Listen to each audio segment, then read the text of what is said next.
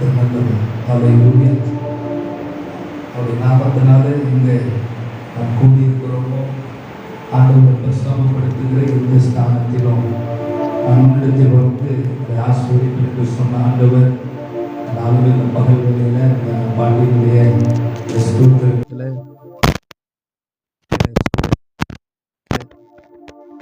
அவர்கள் நல்ல போராட்டத்தை போராடி ஓட்டத்தை முடித்து விசுவாசத்தை காத்துக்கொண்டு அவர்களுக்கு என்று வைக்கப்பட்டிருக்கிற நீதியின் கிரீடத்தை பெற்றுக்கொள்ளும்படியாக இளைப்பாறுதலுக்குள்ள பிரவேசித்திருக்கிறார்கள். அவர்களுக்காக ஆண்டவருடைய வாழ்க்கையில செய்த நன்மைகளுக்காக இந்த நாளிலும் நாம் தேவனை துதித்து அவருக்கு நன்றி செலுத்தும்படி நாம் வந்திருக்கிறோம். நம்முடைய ஆண்டவர் நல்லவர். எல்லா சூழ்நிலையிலும் நம் கர்த்தரை உயர்த்த வேண்டும். உயர்வானாலும் தாழ்வானாலும் துக்கமானாலும் சந்தோஷமான சூழ்நிலையிலும் நாம் கர்த்தரை மாத்திரமே உயர்த்த வேண்டும். ஏன்னா எல்லா சூழ்நிலைகளும் கர்த்தர் ஒருவரை மாறாதவர். உலகத்தின் முடிவு பரியந்தம் சகல நாட்களிலும் உங்களோடு இருக்கிறேன் என்று சொன்ன ஆண்டவர் அவர் நம்மோடு கூட இருக்கிறார். அவருடைய வார்த்தை மாறாதது. ஒரு பாடலை பாடி கர்த்தருடைய நாமத்தை உயர்த்தும்.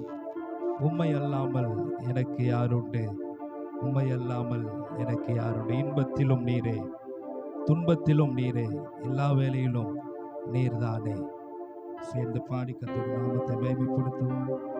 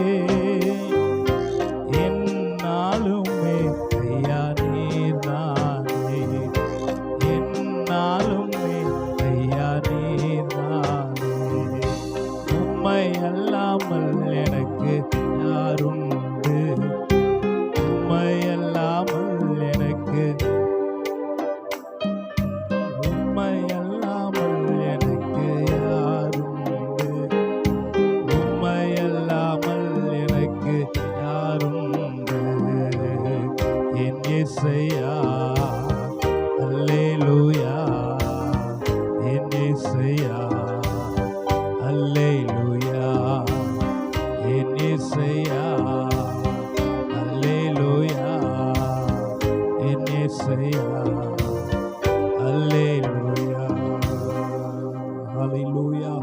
சங்கீதக்காரன் சொல்லுகிறார், பரலோகத்தில் உம்மை அல்லாமல் எனக்கு யார் உண்டு, பூலோகத்தில் உம்மை தவிர வேறொரு விருப்பம் இல்லை. அல்லேலூயா. அவர்தான் நமக்கு எல்லா சூழ்நிலையிலும். பவுல் சொல்லுகிறார், கிறிஸ்துவின் அன்பை விட்டு நம்மை பிரிப்பவன் யார்? உபத்திரவமோ, பசியோ, பட்டினியோ, நிர்வாணமோ, நாசம், மோசமோ, பட்டயமோ, எதுவும் அவருடைய அன்பை விட்டு நம்மை பிரிக்க மாட்டாது என்று நிச்சயித்திருக்கிறேன் என்று பவுல் சொல்லுகிறார். நாம் தேவனை எல்லா சூழ்நிலையிலும் நாம் கர்த்தரை உயர்த்த வேண்டும். அவர் ஒருவரே துதிக்கு பாத்திரர். அவர் ஒருவரே சகல ஆறுதலின் தேவன். எல்லா வெறுமையையும் நிரப்புகிற கர்த்தர் நல்ல ஆண்டவராயிருக்கிறார். ஹல்லேலூயா. ஒரு நிமிடம் நாம் எழுந்து நின்று தேவ சமூகத்தில் ஆண்டவருக்கு நன்றி செலுத்தி, ஆண்டவர் அருமையான பாட்டியை நம்முடைய ராஜ்யத்தில் அவர் எடுத்துக்கொண்டார். அது நிமித்தம் நம்முடைய வாழ்க்கையில துக்கம் காணப்பட்டாலோ நம்முடைய ஆண்டவர் சகல ஆறுதலின் தேவன். அவருடைய பிரசன்னம் எல்லாவற்றையும் அதை நிவர்த்தி ஆக்குகிறதா இருக்கிறது.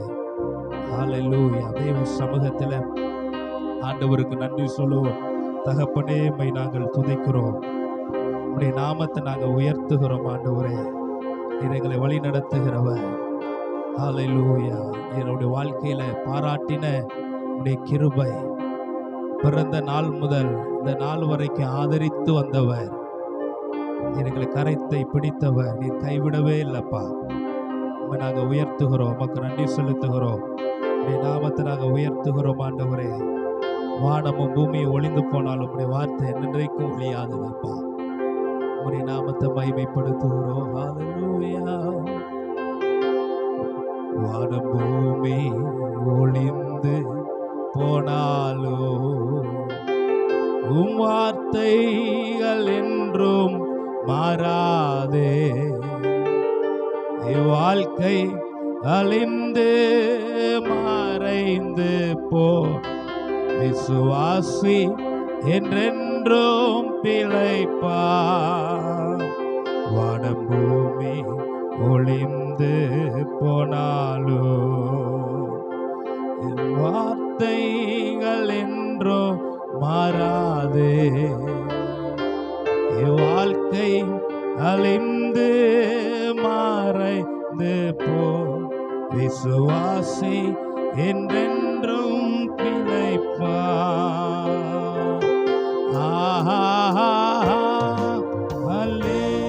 அல்லேலூயா, அல்லேலூயா, அல்லேலூயா, அல்லேலூயா,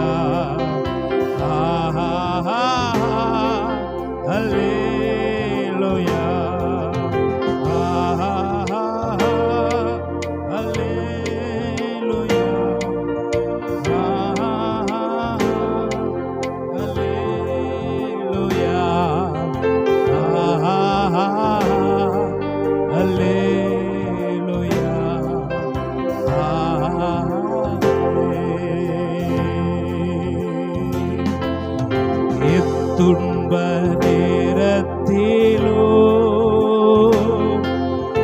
ஆறுதல் களிப்பா. துன்ப நேரத்திலோ ஆறுதல் களிப்பா. என்றோ நன்று நேயும் இயேசுவை நோக்கி நாம் எல்லையில்லா இன்பம் பெற்றிடுவார். என்றோ நன்று நேயும் இயேசுவை நோக்கி நாம் எல்லையில்லா இன்பம் பெற்றிடுவார். கண்ணீரெல்லாம் துடைப்பார், கண்மணி போல் காப்பார்.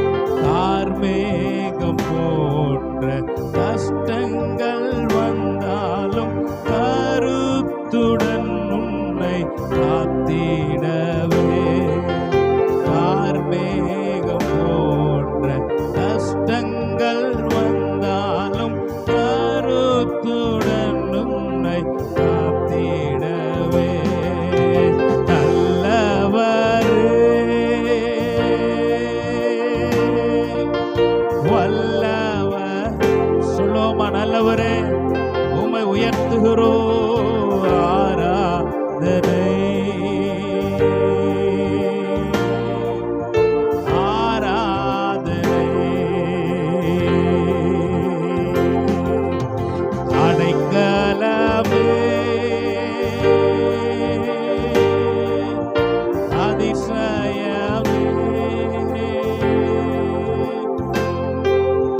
ஆராதனை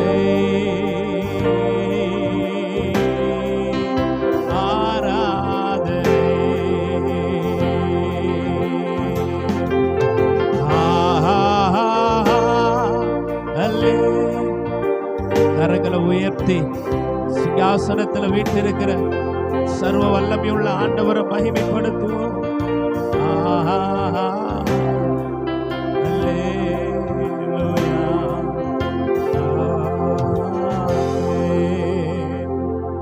நாங்கள் உயர்த்துகிறோம் ஆண்டவரே, நீர் ஒருவரே உயர்ந்தவர், உடைய நாமமே உயர்ந்தது. எல்லா மகிமை துதி கனம் ஸ்தோத்திரங்கள் ஒருவருக்கே எடுக்கிறோம் இயேசுவின் நாமத்தில் பிதாவே, ஆமென். அமர்ந்து கொள்வோம். Thank you pastor. கர்த்தர் நல்லவர்.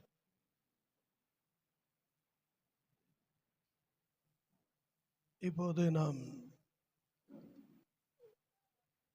அருமையான தாயார் இந்த கடைசி நாட்களில் அவர்களோடு கூட இருந்து அவர்களை பராமரித்து வந்த அவருடைய கடைசி மகள் எப்சி அவர்கள் முன்பாக வந்து கொஞ்ச நேரம் சாட்சி சொல்லுவார்கள். கர்த்தர் நினைத்துக்க கர்த்தரை நன்றியோடு ஸ்தோத்திரிக்கிறேன். நல்ல போராட்டத்தை போராடினேன், ஓட்டத்தை முடித்தேன், விசுவாசத்தை காத்துக்கொண்டேன் என்று சொன்ன வார்த்தையின்படியே நல்ல போராட்டத்தை போராடி முடிக்க கர்த்தர் அம்மாவுக்கு கிருபை கொடுத்தார்.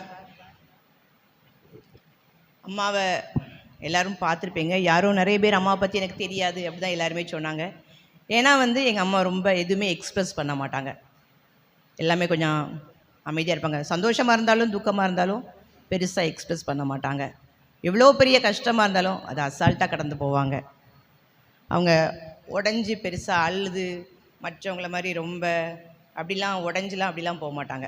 எல்லாத்தையுமே கொஞ்சம் சாதாரணமாக அவங்க ஈஸியாகவே எல்லாத்தையுமே ஹேண்டில் பண்ணுவாங்க. அதை மாதிரி சின்ன வயசுலேருந்தே எங்களை நிறையா அவங்க பெருசாக எங்களை அப்படி பண்ணாங்க இப்படி பண்ணாங்கன்னு சொல்கிற அளவுக்கு ஒரு வேளை இல்லாமல் இருந்தாலும், ஆனால் நிறைய காரியங்களில் எங்களை நேர்த்தி அவங்க வழி நடத்தினாங்க.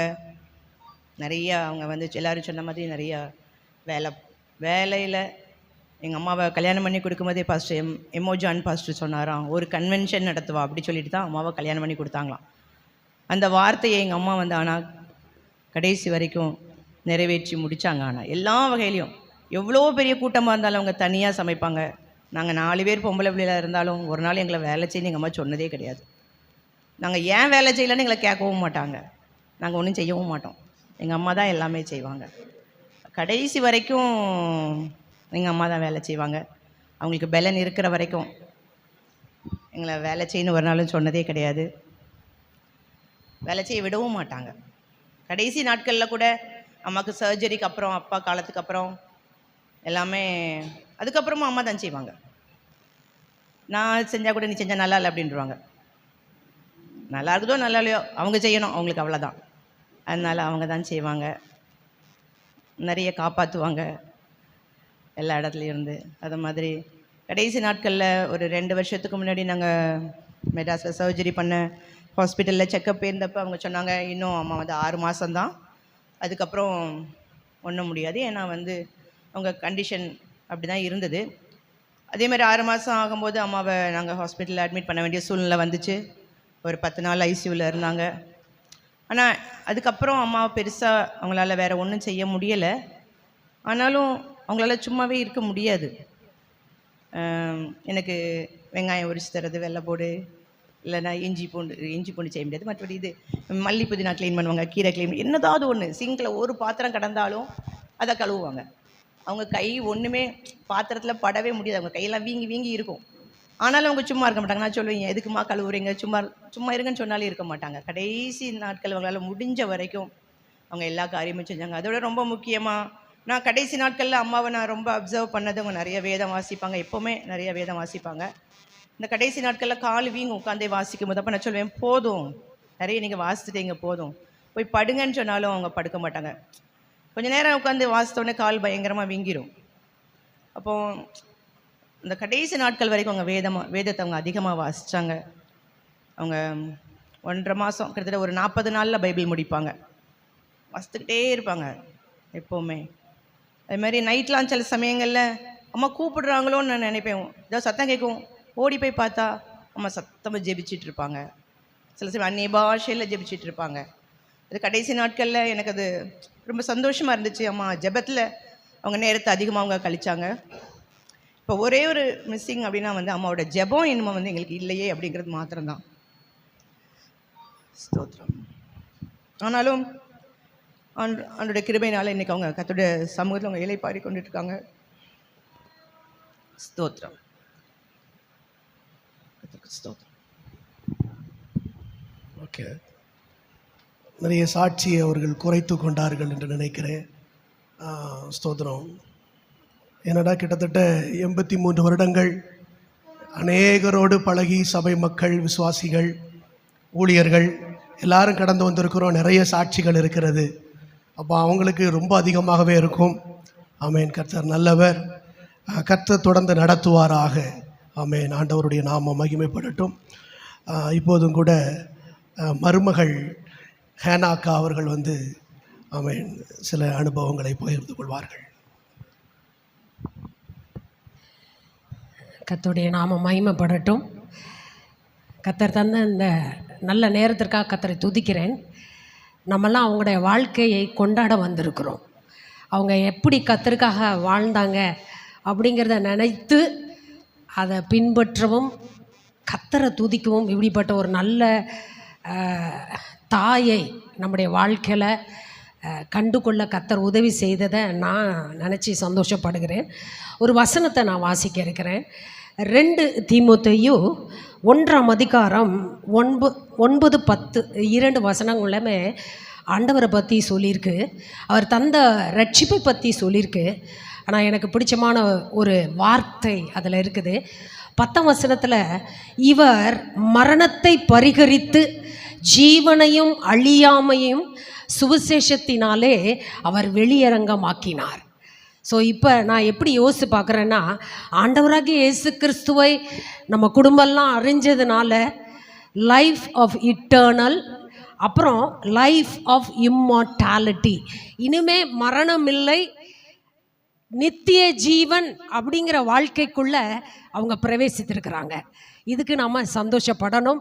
கர்த்தரை அறிந்து கொள்ளவும் அவங்கள வாழ்க்கையில் அவங்க வந்து அனுபவிக்கவும் கர்த்தர் உதவி செய்திருக்கிறார். ஸோ நம்ம ரொம்ப கவலைப்படணும் அப்படின்னு நான் சொல்லலை, வேண்டான்னு சொல்லலை. சில நேரம் சில ஏர்ஜஸ் வரும், நிச்சயமாக அழணும். அவங்களுடைய அன்பு இதெல்லாம் நம்மளை மேற்கொள்ளும் போது நமக்கு சில கவலைகள் வரும், வெளிப்படுத்தணும் தான். ஆனால் நான் ஒருவர் சந்தோஷப்படுத்த விரும்புகிற வார்த்தை, ஜீவனையும் அழியாமையும் இப்போ அவங்க தரித்து கொண்டு இருக்கிறாங்க. அதுக்காக நம்முடைய வாழ்க்கையில் இணைந்த ஆண்டவரை, அல்லது நம்மோடு கூட நமக்கு ரட்சிப்பை தந்த ஆண்டவரை, அத்தைக்கு அப்படி உதவி செய்த ஆண்டவருக்காக நான் நன்றி சொல்கிறேன். ஒரே ஒரு பாடல் வரி எனக்கு ரொம்ப பிடிச்சமான பாட்டு கூட, ஸ்தோத்திரம். அந்த வரியை பாடலான்னு நான் நினைக்கிறேன். ஒரு ஸ்டான்ஸா 4 லைன் தான். சாவின் அந்த காரம் வந்து என்னை மூடும் நேரத்தில், சாவின் மேலும் வெற்றி தந்து என்னை சேர்ப்பீர் மோட்சத்தில். கீத வாழ்த்தல் கீத வாழ்த்தல் உமக்கென்றும் பாடுவே.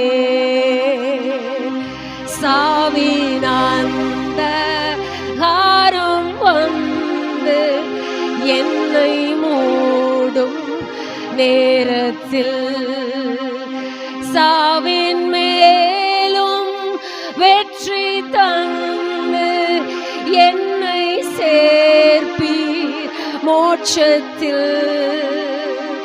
கீத வாழ்த்தல் கீத வாழ்த்தல் உமக்கென்றும் பாடுவே.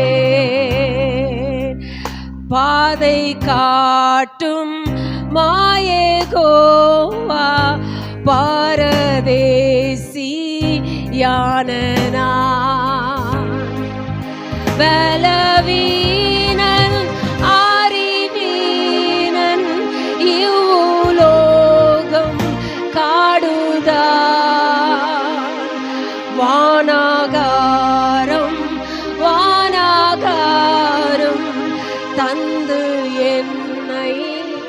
போஷியும். கர்த்தர் நல்லவர். ஆமென். சாவயம் மேற்கொள்ளத்தக்கதாக நம்முடைய வாழ்க்கையில், அத்தையுடைய வாழ்க்கையில் கர்த்தர் இடைப்பட்டிருக்கிறாரு.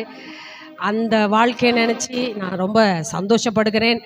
ஸ்தோத்திரம். இந்த குடும்பத்தில் நான் மருமகளாக வந்தாலும் என்னை அவங்க அப்படி நடத்தினதா நான் ஒரு நாள் சொல்ல மாட்டேன். I am so privileged. எனக்கு இப்படி ஒரு மாமியார் கிடைச்சத கர்த்தருக்கு நிச்சயமாக பரலோகத்தில் போய் ரொம்ப சந்தோஷமாக நன்றி சொல்வேன். ஏன்னா நான் கல்யாணமான புதுசில் ரொம்ப அறிவாளி அப்படிலாம் கிடையாது. சின்ன பிள்ளை மாதிரி தான் இருந்தேன். என்னை ஏற்றுக்கொண்டாங்க. நான் தூங்குவேன், அவங்க எனக்கு காஃபி போட்டு வந்து கொடுப்பாங்க. ஒரு நாளும் என்னைய நீ வந்து வேலை செய் அவங்க மாதிரி தான் சொன்னதே கிடையாது. அவங்க எல்லாருமே கூட அது அவங்க எல்லாருமே பெரியவங்க, அவங்களும் என்னைய குடும்பத்தில் ஒரு நபராக தான் ஏற்றுக்கொண்டாங்க. இந்த வார்த்தையை எனக்கு ஞாபகப்படுத்துனது எங்கள் பாஸ்டர் தான், மை ஹஸ்பண்ட். ஏன்னா நான் என் பைபிளில் எழுதி வச்சிருக்கிறேன், என் கல்லறையில் இதை தான் எழுதணும். entered into the glory of God with eternal life and immortality அப்படின்னு எழுதணும்ப்பா. நான் இந்த வசனத்தை தியானிக்கும் போது எனக்கு ரொம்ப பிடிச்சிருந்துச்சி.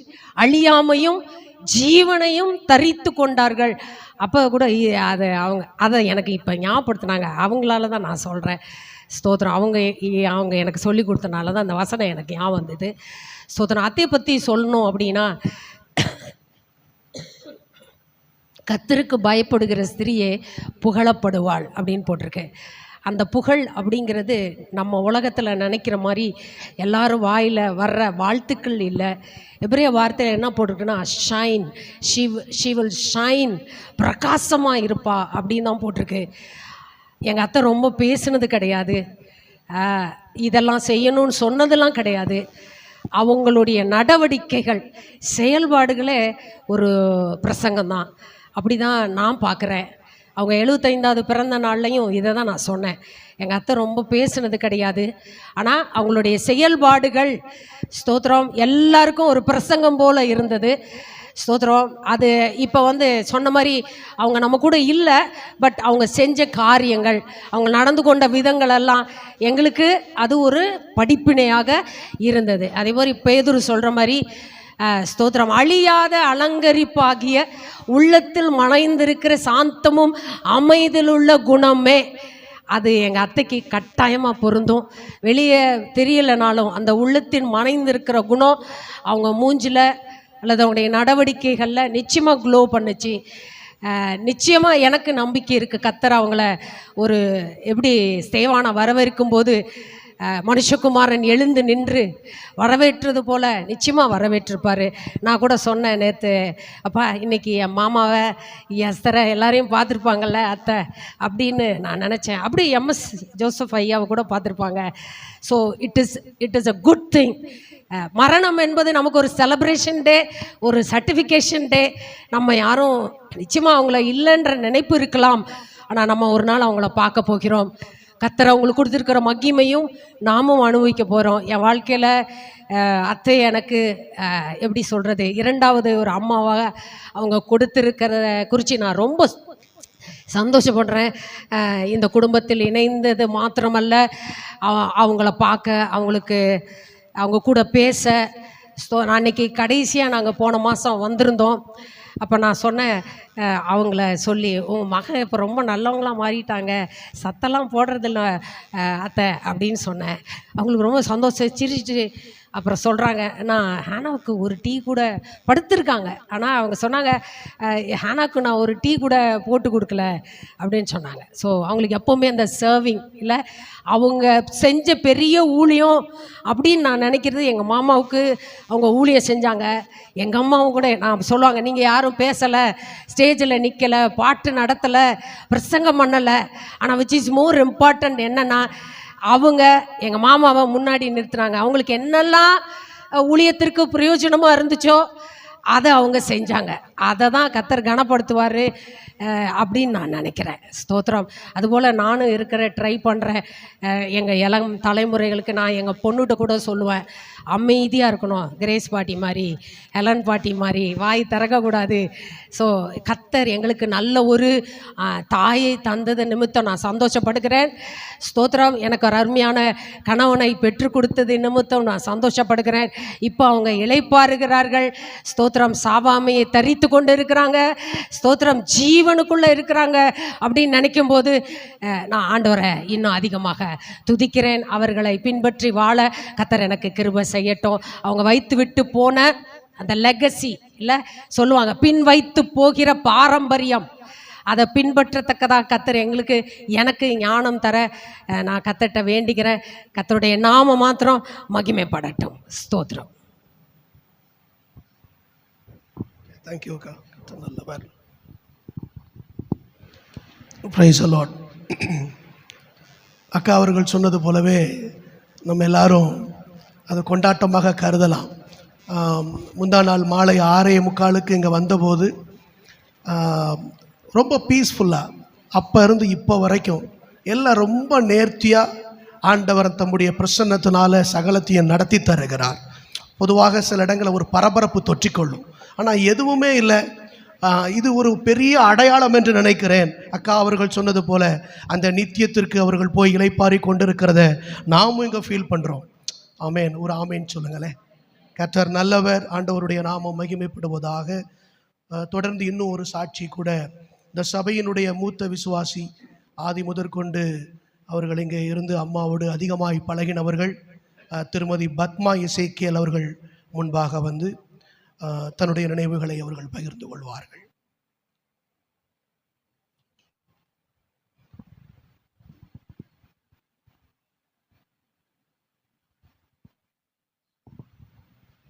கர்த்தருக்கு ஸ்தோத்திரம். கர்த்தர் இந்த 1990 வருஷம் நாங்கள் ஞானஸ்தானம் எடுத்தோம் குடும்பமாக. ஆனால் இப்போது 36 வருஷம் ஆகுது. 36 வருஷத்துலேயும் அம்மாவும் ஐயாவும் அவங்க பிள்ளையை எப்படி பார்த்துக்கிட்டாங்களோ அதே மாதிரி தான் எங்களை குடும்பத்தில் ஒருத்தராக பார்த்தாங்க. பிள்ளைகள்லாம் கல்யாணம் முடிஞ்சு போகிறது வரைக்கும் நாங்கள் எல்லாருமே ஒரே குடும்பமாக தான் இருந்தோம். இப்போ வரைக்கும் அப்படி தான். ஒரு நாள் அது முகம் சுழித்ததும் கிடையாது, கோபமாக பேசுனதும் கிடையாது. அவங்க பிள்ளை ஊர்லேருந்து வந்தால் என்ன செய்வாங்களோ அதே மாதிரி தான் ஞாயிற்றுக்கிழமை வந்தால் என்னையும் அப்படி பார்த்துக்கிடுவாங்க.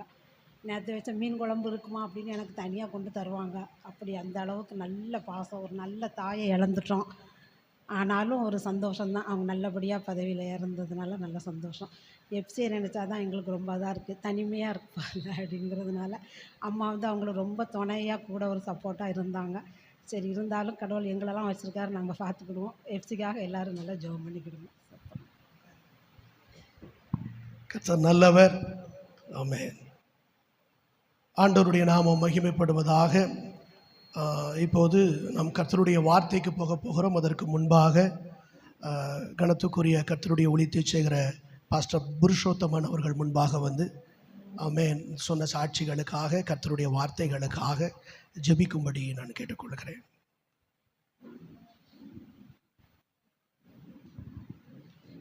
நம் கண்களை மூடி ஜெபிக்கலாம். நல்ல பிதாவே, நன்றியோடு துதிக்கிறோம், ஸ்தோத்தரிக்கிறோம். ஆசீர்வதிக்கப்பட்டதான இந்த நாளுக்காய் ஸ்தோத்திரம். நாங்கள் வேதத்தில் வாசிக்கிறோம், யோவான் ஸ்நானை குறித்து எழுதப்பட்டிருக்கிறது, மரித்தும் இன்னும் பேசுகிறான்னு சொல்லப்பட்ட அந்த வார்த்தையின்படியாய் கூட இந்த நாட்களில் அருமையான தாயாரங்களை விட்டு கடந்து போனாலும் அவர்களை பற்றி பேசும்படியாய் அவருடைய கத்தா அவருடைய வாழ்க்கை நினைவு கூறும்படியாய் கொடுத்த நல்ல சந்தர்ப்பத்துக்கு நடு செலுத்துகிறோம். தகப்பனே ஸ்தோத்திர, இந்த நாள் கத்தா அவர்களை குறித்து சாட்சி சொன்ன நல்ல சாட்சிகளுக்காய் ஸ்தோத்திரம். உடைய வசனம் சொல்லுகிறது, எல்லாரும் சாட்சிகளாக இருக்க வேண்டும் என்று சொல்லி வேதம் எழுதப்பட்டிருக்கிறது. அதுபோல் அருமையான தாயார் அவர்கள் இந்த பூமியில் கர்த்தருக்கென்று ஒரு சாட்சியாக வாழ்ந்து கர்த்தருடைய ராஜ்யத்தை கடந்து சென்றிருக்கிறார்கள். தகப்பனே, விசேஷமாக அதுபோல் இந்த நாளில் கடந்து வந்திருக்கிற ஒவ்வொருவரும் கூட ஆண்டவரை ஸ்தோத்தரிக்கிறோம். நிருபங்களாக சாட்சிகளாக இருந்து உடைய நாமத்தை மையப்படுத்தி அரக்கம் செய்யும்.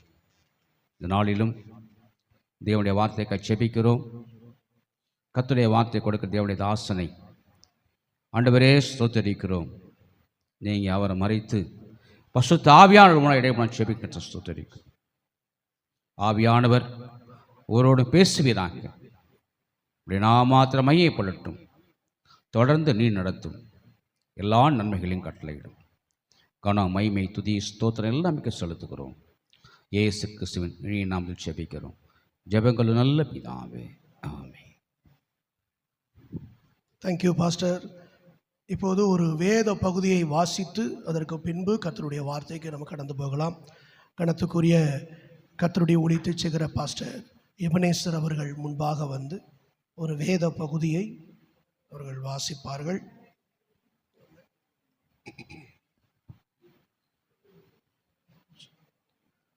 யோவான் எழுதின சுவிசேஷம் 14ஆம் அதிகாரம் 1 முதல் 6 வரைக்கும் நாம் வாசிக்க கேட்போம்.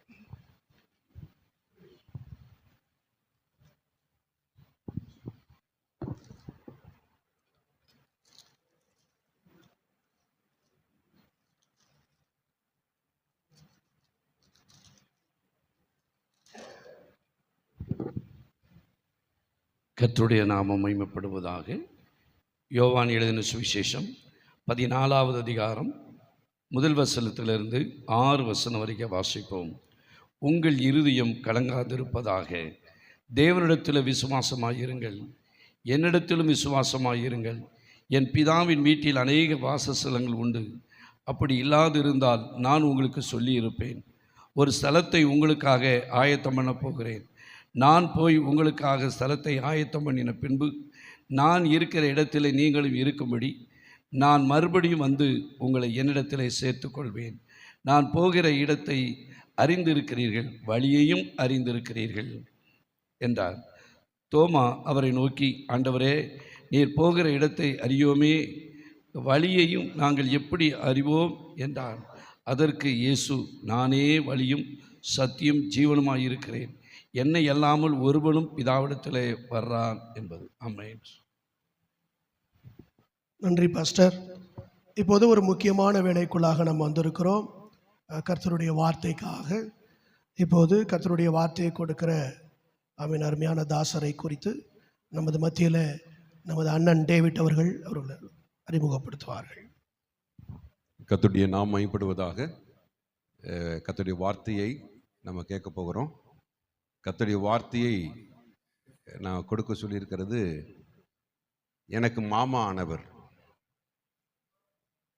புரியுதா உங்களுக்கு? அது எனக்கு மாமா ஆனார், மாமனார். அவருக்கு நமக்கு அப்படித்தானே உறவு வந்துச்சு. பொண்ணு கொடுத்ததுனால தான் ஒரு மாமான்னு கூப்பிட ஆரம்பித்தோம். அதனால தான் மாமா ஆனார் தான் மாமனார் மாமனார்னு நம்ம சொல்கிறோம். இப்போ என்னுடைய மாமனார் தான் இப்போ கர்த்தருடைய வார்த்தையை கொடுக்க போகிறது. எங்கள் மாமா குறித்து நான் சொல்லணும்னு சொன்னேன். ஏன்னா 95 அந்த உறவை கர்த்தர் தந்தார். 95 அந்த உறவைக்கு தந்ததுக்கு காரணம் யாருன்னா, என்னுடைய மூத்தாத்தான் ஜெயபால் அவருடைய தாயார். அவங்க தான் எங்கள் அத்தையை ஒரு திருமண வீட்டில் சந்தித்து எங்கள் அத்தை சொல்லியிருக்காங்க, ஏதாவது பையன் இருந்தால் சொல்லுங்கள். அப்போ சொல்லுங்க, என் மருமகளுக்கு ஒரு அண்ணன் இருக்கான், நீங்கள் பார்க்கலான்னு சொன்ன பின்பு தான் இந்த உறவு உருவானது. 2 பேரும், மாமனார் மாமியார் 2 பேருமே நன்கு படித்தவர்கள், 2 பேருமே ஆசிரிய வேலையை செய்தவர்கள். சாயர்மரம் போப் காலேஜில் ப்ரொஃபஸராக இருந்தாங்க எங்கள் மாமா. அதுக்கு பின்பு அத்தைக்கு பரமக்குடியில் ஹெட்மிஸ்ஸஸ் அப்பாயின்மெண்ட்டே ஹெட்மிஸ்ஸஸாக அப்பாயின்மெண்ட் ஆனாங்க.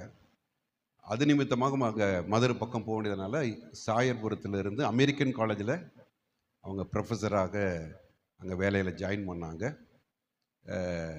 அவங்க எம்எஸ்சி பட்டத்தினால பாட்னி சப்ஜெக்டுடைய ப்ரொஃபஸராக அங்கே இருந்தாங்க. சில காலங்கள் அங்கே இருந்த பொழுது, ஏற்கனவே இங்கே இருந்த நாட்கள்லேயே அவர் பேர் என்ன, ஆபிரகாம் மாமா, கேஜி ஆபிரகாம், சிறுவிகிடத்தில் ஊழியம் செய்தான மூத்த ஊழியர், சர்ச் ஆஃப் காட், அவர்கள் மூலமாக சந்திக்கப்பட்டு ஊழிய அழைப்பு பெற்றாங்க. ஆனால் ஊழியத்துக்கு ஒப்பு கொடுக்கல. அங்கே தான் அவர் அமெரிக்கன் காலேஜில் ப்ரொஃபஸராக வேலை செய்து கொண்டிருந்த காலத்தில் தான் அது தேவன் அதை உறுதிப்படுத்தினார். இல்லைன்னா இவங்க அதுக்கு ஒப்பு கொடுத்தாங்க. பின்பு அசம்பிளிஸ் ஆஃப் காட் அங்கே காலவாசலில் மதுரையில் இருக்கிறதான பைபிள் காலேஜில் அங்கே பைபிள் கல்லூரி ஸ்டூடெண்ட்டாக இருந்து டிரான்ஸ்லேட்டர். அப்போல்லாம் வெள்ளைக்காரங்க தான் இங்கே நம்ம நாட்டில் இருந்தாங்க. அப்போ குயினமான ஒரு அம்மா இருந்தாங்க. அவங்க கிளாஸ் டீச் பண்ணுவாங்க. எங்கள் மாமா வந்து ஸ்டூடெண்ட்டாகவும் இருக்கணும், மற்றவங்களுக்கு புரிகிறதுக்காக தமிழில் மொழிபெயர்க்கணும். ஏன்னா எங்கள் மாமனார் மாதிரி எனக்கு தெரிந்து தமிழகத்தில் வேணால் ஆபிரகாம் தாமஸை சொல்லலாம், அந்த அளவுக்கு டிரான்ஸ்லேட் பண்ணு இங்கிலீஷ் டு தமிழ் எங்கள் மாமனார் அடிக்க ஆள் கிடையாது. நல்ல ஒரு பைபிள் டீச்சர். இன்னைக்கு இருக்கிறதான ஏஜியில் அசம்பிளிஸ் ஆஃப் காட்ல இன்னைக்கு இருக்கிற எல்லா மூத்த ஊழியர்களும் எங்கள் மாமா மேலே உருவாக்கப்பட்ட ஆட்கள். அந்த அளவுக்கு பைபிள் காலேஜில் சொல்லுவாங்க. நான் பல ஊழியர்களை சந்திக்கும் போது, உங்கள் மாமா நடத்தின அந்த நோட்ஸ் நாங்கள் இன்றைக்கும் வச்சுருக்குறோம், இன்றைக்கும் நாங்கள் அந்த பிரசங்கத்தில் பயன்படுத்துகிறோம். உங்கள் மாமா மாதிரி யாருமே டீச் பண்ண முடியாது. நல்ல டீச்சர். அவங்களை குறித்து நான் மாமா குறித்து நான் சொல்லணும்னா, நான் திருமணமாகி அவங்கள்ட்ட போய் கற்றுக்கொண்ட ஒரு காரியம், நான் மத்தியானம் தான் குளிப்பேன். இன்னைக்கு வரையும் நான் குளிக்கிறது வந்து மத்தியானம் தான். இந்த சரீர சுகவீனமாக இருந்ததுலேருந்து அப்படி ஆரம்பித்தது. அதற்கு முன்னாடி காலையில் தான் குளிச்சுட்டு இருந்தேன். ஊடையில் கேன்சர் வந்துட்டுன்னு சொல்லி என்னை தூக்கி போட்டாங்க. மரித்து போவேன்னு இருந்ததுனால அப்புறம் ஒரு 2-3 மாதங்கள் குளிக்காமல் இருந்தேன். அப்புறம் வாரத்துக்கு ஒரு நாள் மட்டும் தலையில் தள்ளி ஊற்றணும். அதனால் நம்ம மத்தியானம் வெயில் நல்லா ஏறின பண்பு தான் நான் குளிப்பேன். இல்லாட்டினா தண்ணி போட்டு ரத்தம் வந்துடும் மூக்கொழிய. அப்படி இருந்ததுனால இன்றைக்கு வரையும் அதை தான் நான் கேப்ப பண்ணுறேன். மாமாவை நான் பார்த்தது எப்படி அப்படின்னா, காலையில் 6 மணி 6:30 மணிக்கெல்லாம் குளித்து பேண்ட் ஷர்ட் போட்டு அவங்க காலையில் உட்காந்து டேபிள் உட்காந்து பிரசங்கத்தை ஆயத்தப்படுத்திடுவாங்க. நான் ஊழியக்காரலாக இருக்கிறதுனால நான் நிறைய காரியங்களை சொல்கிறேங்க. அப்படிங்க ஞாயிற்றுக்கிழமை இப்போ குறைஞ்ச நம்ம வீட்டில் ஒரு 10,000 பிரசங்கமாச்சும் வச்சுருப்பாங்க. அவருக்கு இப்போ 83 வயது. இந்த பிரசங்களை எங்கே பண்ண போகிறாருன்னு தெரில. ஆனால் இன்னும் பேசாத பிரசங்கங்கள் அவ்வளோ இருக்கும். டெய்லி உட்காந்து ஒரு 10 பிரசங்கமாச்சும் எழுதிடுவாங்க.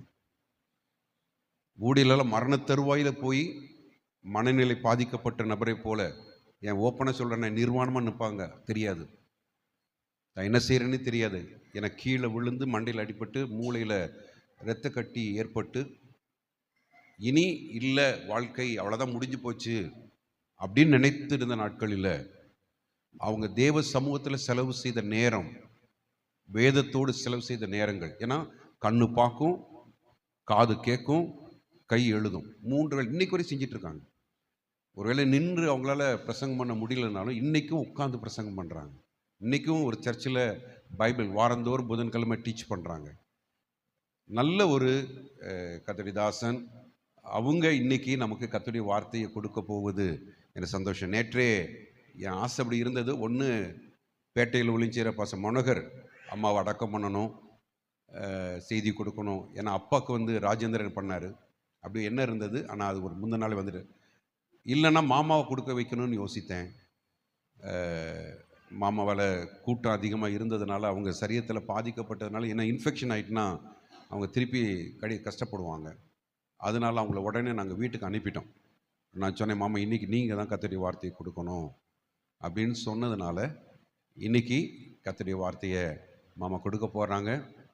கைகளை தட்டி நம்முடைய மூத்த போதகரை வரவேற்போம். கர்த்தர் தம்முடைய தாசனை பயன்படுத்துவாராக. உட்காந்து பேசுகிறீங்களா?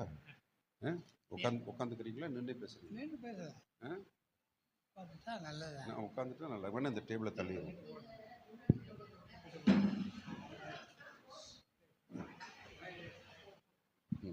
இந்த சேர் போடுறேன். இந்த ஸ்டூலில் பைபிள் வச்சுக்கோங்க. இவர் எவ்வளோ பேப்பர் எழுதி இது மாதிரி வந்து எத்தனையோ கொயர்னு அர்த்தம் சொன்னாங்க. நிறைய எழுதி வச்சிருப்பார்.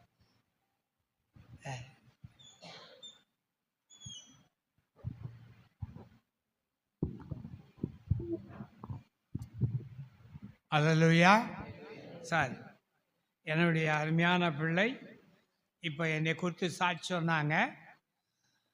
அதற்காக என் மருமகனுக்கு பக்கத்தில் உட்கார்ந்திருக்கிறது என் மகன். அதனால் அவர்களுக்கும் நான் நன்றி சொல்லுகிறேன். இப்போது நாம் வேத வசனத்தை எடுத்துக்கொள்வோம். சில காரியங்கள் நான் ஆங்கிலத்தை சொல்வேன், என் பிள்ளை டிரான்ஸ்லேட் பண்ணுவாள். என்னுடைய அந்த ஆப்ரேஷன்னால் நேரடியாக கருத்துக்களை சொல்ல முடியாது. என்னுடைய வயசினுடைய காரியத்தை முழுதும் நிற்கிறதும் கொஞ்சம் கஷ்டப்படுகிறது. மற்றபடி ஆண்டவருடைய கிருபையினாலே எனக்கு தந்த காரியங்களுக்காக கிட்டத்தட்ட 55 வருடங்களாக இந்த வேத வசனத்தை படித்து வருகிறேன். இன்றைக்கும் ஆண்டவர் கிருபை தந்திருக்கிறார். Lord is my strength and my shield, my heart trust in him. சங்கீதம் 28, சங்கீதம் 28:7. லார்ட் இஸ் மை கர்த்தர் என் பலனும் என் கேடகமுமாயிருக்கிறார், என் இருதயம் அவரை நம்பி இருக்கிறது. இன்றைக்கு என்னுடைய தங்கச்சியினுடைய ஆங்கிலத்தில் சொல்ல போனால் கம்ஃபர்டிங் பைபிள் வேர்ட்ஸஸ், நமக்கு ஆறுதல் தருகிறதான வேத வசனங்கள். சங்கீதம் 34:18. நொறுங்குண்ட இருதயம் உள்ளவர்களுக்கு கர்த்தர் சமீபமாயிருந்து நறுங்குண்ட ஆவி உள்ளவர்களை இரட்சிக்கிறார். மத்தேயு 5:4.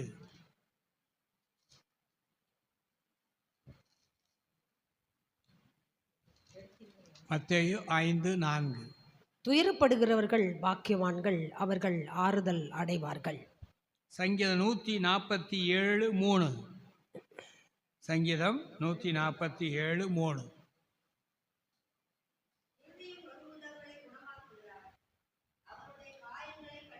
கட்டுகிறார். 1 பேதுரு 5:7. 1 பேதுரு 5ஆம் அதிகாரம்.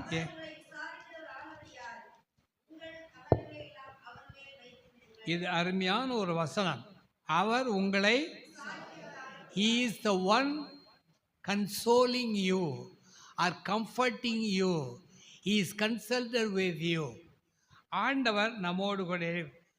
யோவான் 14:1. உங்கள் இருதயம் கலங்காதிருப்பதாக என்னிடத்தில் விசுவாசமாயிருங்கள். சரி சரி, சில காரியங்கள் ஆங்கிலத்தில் சொல்வேன், புரிந்து கொள்ளுங்கள். Your countless deeds of kindness, always giving and never expecting any favours in return. ஆண்டவர் என்னுடைய சகோதரிக்கு அவர்கள் அநேக கிருபைகளை தந்திருக்கிறார். இப்போ மக சொன்னால், என் மருமகளும் சொன்னால், நீங்களும் நானும் படிக்க வேண்டிய பாடம் என்னென்னா, வேத வசனத்தை எந்த அளவுக்கு படிக்கணும். இன்றைக்கி அநேகருக்கு பைபிள் ஸ்டடியில் அநேகர் வரதில்லை. இப்போ தொடர்ந்து நான் நடத்திக்கிட்டு இருக்கேன், 15 பேர் வர்றாங்க. வேறு யாருக்கும் வேதத்தை பற்றியதான அவங்க என்ன நினைக்கிறாங்க, எனக்கு எல்லாம் தெரியும். நான் 55 வருஷம் படித்தவன். இஸ்ரேல் நாட்டில் 4 ஆண்டுகள் எபிரேய கிரேக்க பைபிள்களை படிச்சிருக்கேன். நீங்கள் கற்றுக்கொள்ள வேண்டியது என்னென்னா, நம்முடைய வேத வசனத்தை, இப்போ நீங்களாம் ஆண்டவருடைய பிள்ளைகள், வேத வசனத்தை நீங்கள் எந்த அளவுக்கு படித்து தியானிக்கிறீர்களோ அந்த அளவுக்கு. இப்போ நான் நேற்று எழுதி கொண்டிருந்தது தி ஆர்க் ஆஃப் த கவனன்ட், உடன்படிக்கை. உடன்படிக்கையை பற்றி 50 கருத்துக்களை அதுக்கு ஆண்டவர் தந்தார். அப்போ நம்முடைய வாழ்க்கையில் படிக்க வேண்டிய பாடங்கள் வேத வசனம். வாழ்க்கை மனிதனுக்கு கொடுக்கப்பட்ட கடன் தான். வாழ்க்கை மனிதனுக்கு கொடுக்கப்பட்ட கடன். மரணம் என்னும் கடன்காரர் வந்து அதை பெற்றுக்கொள்ள ஒரு நாள் வருவான். என்னுடைய சகோதரியை பெற்றுக்கொண்டான். மரணம் முடிவு அல்ல, அதுதான் ஆரம்பம். நீதிமொழிகள் 18:20 வாசிப்பா. நீதிமொழிகள் 18:20.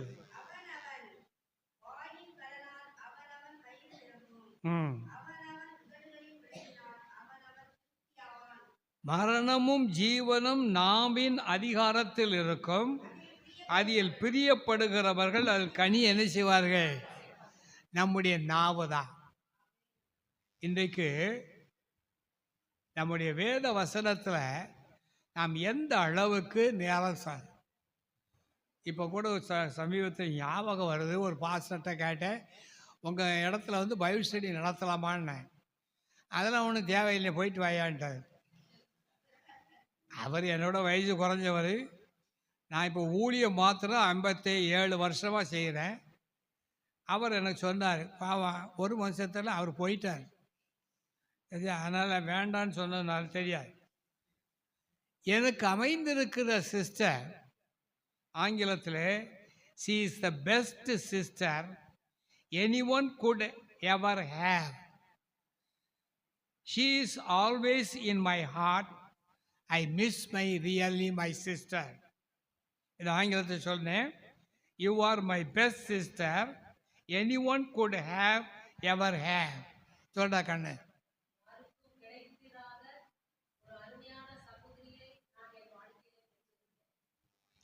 You are always in my heart. I miss my sister. சரி, மரணம் என்று சொல்லும் பொழுது வேதத்தில் மரணம் வேண்டி ஜெபித்தவர்கள் 2 பேர்கள் ஜெபித்திருக்கிறார்கள். நான் செத்தாய் நலமாயிருக்கும் என்று சொன்னார்கள். அதில் முக்கியமான ஆள் யார் என்றால் யோனா. யோனா நினிவே மக்களுடைய மாற்றம் கண்டு எரிச்சல் அடைந்தார். என்னுடைய சிஸ்டரை பார்த்து, என்னுடைய மருமகனுடைய அம்மா என்னுடைய சிஸ்டர், அவர்களை பார்த்து நான் சொல்லுகிற காரியம் என்னவென்றால், my mind still talks to you. My mind, ஒருவேளை அவர்களை இறந்திருந்தாலும் என் மனது அவர்களோடு கூட பேசுகிறது. My heart still looks for you. என்னுடைய மனது எப்பொழுதும் உங்களை நோக்கி இருக்கிறது. My soul knows you are advice peace. அவங்க சமாதானமாய் இருக்கிறார்கள் என்பதை நான் ஆத்மார்த்தமாக உணர்கிறேன். நீங்கள் சமாதானத்தில் இருக்கிறீர்கள். Your life was a blessing. உங்களுடைய வாழ்க்கை ஆசீர்வாதமான ஒன்று. Your memory is a treasure. உங்களுடைய நினைவுகள், ஞாபகங்கள் எனக்கு ஒரு பொக்கிஷம் போன்றது. You are loved and beyond words. உங்களை நாங்கள் வார்த்தைகளால் விவரிக்க முடியாத விதத்தில் நேசிக்கிறோம். I missed beyond measure. அளவுக்கு அதிகமாக உங்களை நாங்கள் மிஸ் பண்றோம். வேத வசனத்தை எடுத்துக்கொள்வோம். அப்போஸ்தலர் 9ஆம் அதிகாரம் 39ஆம் வசனம். அப்போஸ்தலர் 9:39. தோர்க்காள் வாசிங்க. நீ வாசி.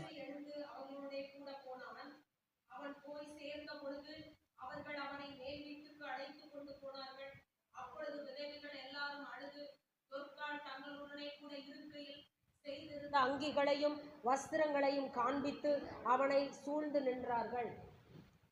தோர்க்காள் she is a dress maker. அவர்கள் ஆடை தைக்கிறவளாக இருந்தார்கள். அவர்கள் மரித்த பொழுதும் அவளுடைய கிரியைகள் மரிக்கவில்லை. இன்னைக்கு என்னுடைய சிஸ்டர் மரித்திருக்கலாம், அவளுடைய கிரியைகள் என்ன செய்யாது? மரிக்காது. எவ்வளவு காலம் நாம் வாழ்கிறோம் என்பதை விட நாம் எப்படி வாழ்கிறோம் என்பதுதான் மிக முக்கியம். இன்றைக்கு அநேகருக்கு தங்களுடைய நினைவு என்ன? இப்போ நான் 55 வருஷம் என்கிட்ட படித்தவங்க தான் அசம்பிளிஸ் ஆஃப் காடில் மோகன் பாஸ்டர், உங்கள் எல்லாருக்கும் தெரியும். அவரை போன்றவர்கள் எல்லாரும் அவர் என்னுடைய காலேஜில் போப்ஸ் காலேஜ் சாயர்புரத்தில் இருக்கும்போது அவர் என்கிட்ட படித்தார். அதே போல் பைபிள் காலேஜில் படித்தவங்க தான் இன்றைக்கி பெரிய பெரிய அதிகாரிகளாக அங்கே இருக்கிறாங்க அசம்பிளிஸ் ஆஃப் காடில். நீங்களும் நானும் இந்த வாழ்க்கையில் படிக்க வேண்டிய பாடம் என்னவென்றால், life is short but eternity is long. நித்தியமானது வாழ்க்கை குறுகினது, நித்தியமானது நீளமானது. சரியா? சரி, என்னுடைய சகோதரியை பற்றி சொல்ல வேண்டுமானால், she is a good woman, she is a good mother, நல்ல ஒரு தாயாக இருந்தாங்க, she is a good wife, நல்ல மனைவியாக ஷீ இஸ் இருந்தார்கள், அ குட் கிறிஸ்டியன், நல்ல ஒரு கிறிஸ்தவளாக ஷீ இருந்தார்கள், இஸ் அ குட் நேபர். அவங்க நல்ல ஒரு அயலகத்தாரை போல இருந்தவர்கள். அதனால நம்முடைய வாழ்க்கையில நல்ல பண்புகள் இல்லாவிட்டால் நாம் எவ்வளவு உயரத்தில் இருந்தாலும் அது பேசப்படாது. அதனால ஞாபகத்தில் வைத்துக்கொள்ளணும், நல்ல பண்புகள் இல்லாவிட்டால் எவ்வளவு உயரத்து. இப்போ என்ன நான் இருக்கிறதா, எனக்கு 41 ஊழியர்கள், 41 இடங்கள் இருக்கிறது. சில வேளை கட்டி கொடுத்துருக்கிறேன், சிலது நடந்து கொண்டு இருக்கிறேன். இதனால் நான் பெரியவன் நினைச்சேன்னு சொன்னால், வேதம் இங்கே என்ன சொல்லப்படுகிறது, நாம் எவ்வளவு உயரத்தில் இருந்தாலும் அது உங்களை என்ன செய்யாது, பேசாது. உலகத்திலே உங்களுக்கு உயரங்களுக்கு மதிப்பு, உலகத்தில் இருக்கவங்களுக்கெல்லாம் தங்களை பற்றி ரொம்ப பெருசாக நினைப்பாங்க. ஆனால் பரலோகத்திலே ஆழங்களுக்கு மதிப்பு. ஆமென். எந்த அளவுக்கு ஆழம்? லூக்கா 5ஆம் அதிகாரத்தில் ஆண்டவராய் இயேசு சொன்னார், நீங்கள் ஆழத்தில் தள்ளி கொண்டு போய் மீன்களை பிடியுங்கள் என்று சொன்னார். 7 விதமான ஆழங்கள் வேதத்தில் சொல்லப்பட்டிருக்கிறார். நீங்களும் நான் இப்போ ஒரு ஆள் என்னை தோத்திரம் சொல்லலைங்கிறதுக்காக நான் ஒரு நாளும் வேதனைப்பட மாட்டேன். பைபிள் ஸ்டடி எடுக்கிறேன், அதுலேயும் ஒரு சகோதரி உட்காந்துருப்பா, ஒரு நாள் தோத்திரம் பாசம்னு சொல்லவே மாட்டான். அதை பற்றி கவலையும் பட மாட்டேன். ஏன்னு கேட்டிங்கன்னா, ஆண்டவர் சொன்னார், ஊழியம் செய்கிற உன்னை நான் உயர்த்துவேன். என்னுடைய சகோதரியை கர்த்தர் உயர்த்தியிருக்கிறார்களே தவிர அவர்கள் பெரிய பிரசங்கியார் என்று ஆண்டவர் சொல்லவில்லை. ஆகினாலே உலகத்திலே பணத்துக்கு மதிப்பு, ஆனால் பரலோகத்திலே குணத்துக்கு மதிப்பு. அல்லேலூயா. நீங்களும் நான் இன்னைக்கு எவ்வளவு படிச்சுக்கோம், நான் எவ்வளோ பெரிய பாஸ்டர். இப்போ என் மருமகன் உயரம் கூட கிடையாது, அதனால தான் உயரமாக பார்த்து அவரை பிடிச்சேன். ஏன்னா என் வீட்டில் எல்லாருமே எங்கள் அம்மா கட்டை, எங்கள் அப்பா நல்ல உயரம். அதனால் நான் பார்த்தேன், என் மருமகன் உயரமாக இருக்கட்டும்னு சொல்லி தான் என் மருமகன். நீங்களும் நானும் உலகத்தில் பணத்துக்கு மதிப்பு, ஆனால் பரலோகத்தில் எதுக்கு மதிப்பு? குணத்துக்கு. இன்றைய வசனத்தை கேட்கிறவர்கள் மிக குறைவு. இன்றைக்கி அநேகர் பைபிள் ஸ்டடியில் உட்காந்துருப்பாங்க, அதே போல் பிரசங்கத்திலே உட்காந்துருப்பாங்க, ஆராதனைன்னு சொல்லிட்டு பாட்டு வேற பாடுவாங்க, நடனம் வேற ஆடிக்கிடுவாங்க. ஆனால் வேத வசனம் சொல்லுகிறது என்ன தெரியுமா? இன்று வசனத்தை கேட்கிறவர்கள் மிக குறைவு, ஆனால் வேத வசனம் உன்னை ஆசீர்வதிக்கிற வசனமாய் கர்த்தர் வைத்திருக்கிறார். ஹல்லேலூயா. Act speaks louder than the word. Act speaks. உங்களுடைய செயல்பாடுகள் உங்கள் வார்த்தைகளை விட அதிக சத்தமாக பேசும். வார்த்தையை விட வாழ்க்கை வல்லமை உடையது. வார்த்தையை விட எது வல்லமை? நம்முடைய வாழ்க்கை. உங்கள் எல்லாருக்குமே என்னுடைய அன்பான சகோதரிகளாக சொல்லுகிறேன், நீங்கள் எல்லாருமே நம்முடைய வாழ்க்கையில் எவ்வளவு வார்த்தை. யோபு 14:14 வாசிப்பா. யோபு 14:14 14:14.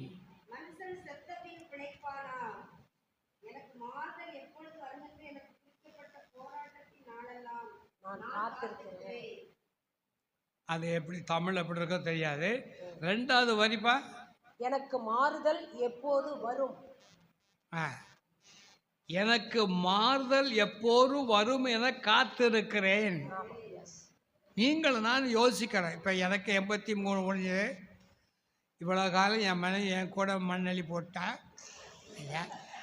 நீங்கள் அவர்கிட்ட கேட்டீங்கன்னா இந்த ஆளை மாதிரி ஒரு ஆள் கிடையாதுன்னு சொல்லுவாள், நல்ல ஆள்னு சொல்லுவாள்.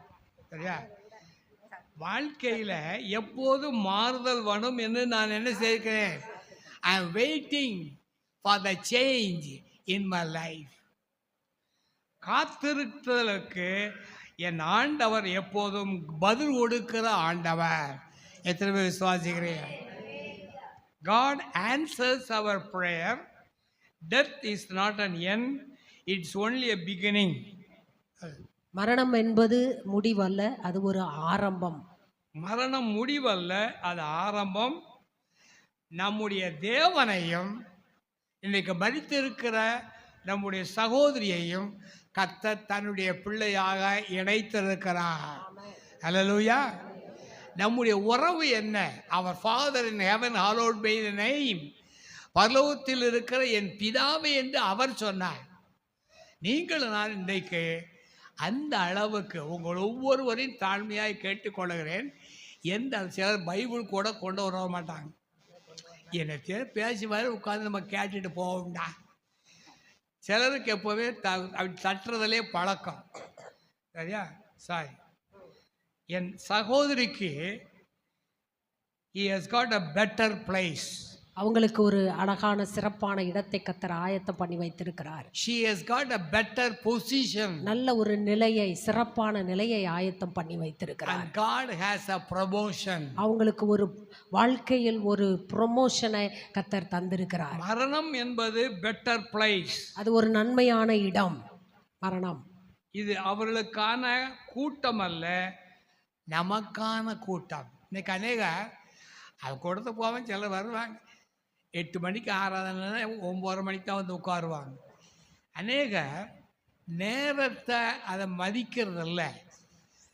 ஆண்டவர் 8 மணி என்றால் அவர் உங்களுக்காக எனக்காக காத்து உங்களை ஆசீர்வதிக்க அவர் வெயிட் பண்ணுகிறார். எந்த அளவுக்கு நீங்கள் கரம் கொடுக்குறீங்களோ அந்த அளவுக்கு நம்முடைய தகப்பன் நம்மை கனப்படுத்துவார். அல்லேலூயா. மரணம் என்பது எதிர்பார்க்காத நேரத்தில் வரும். இப்போ மருமகிட்ட கேட்டேன், எப்படி தங்கச்சி மறிச்சாங்கன்னு சொல்லி அந்த விவரத்தை சொன்னாங்க. மரணம் என்பது நமக்கு எதிர்பார்க்காத நேரத்தில் வரும். Expected one, but it is not. Death is a expected one. மரணம் என்பது நாம் எதிர்பார்க்கிற ஒன்று. But it comes in an unexpected time. ஆனால் நாம் எதிர்பாராத நேரத்தில் அது நமக்கு நடக்கும். சகோதரிக்கு தேவன் நீண்ட நாளை தந்தார். நமது காலங்கள் அவருடைய கரத்தில் இருக்கிறது. அல்லேலூயா. It is counted there. A spiritual woman is immortal.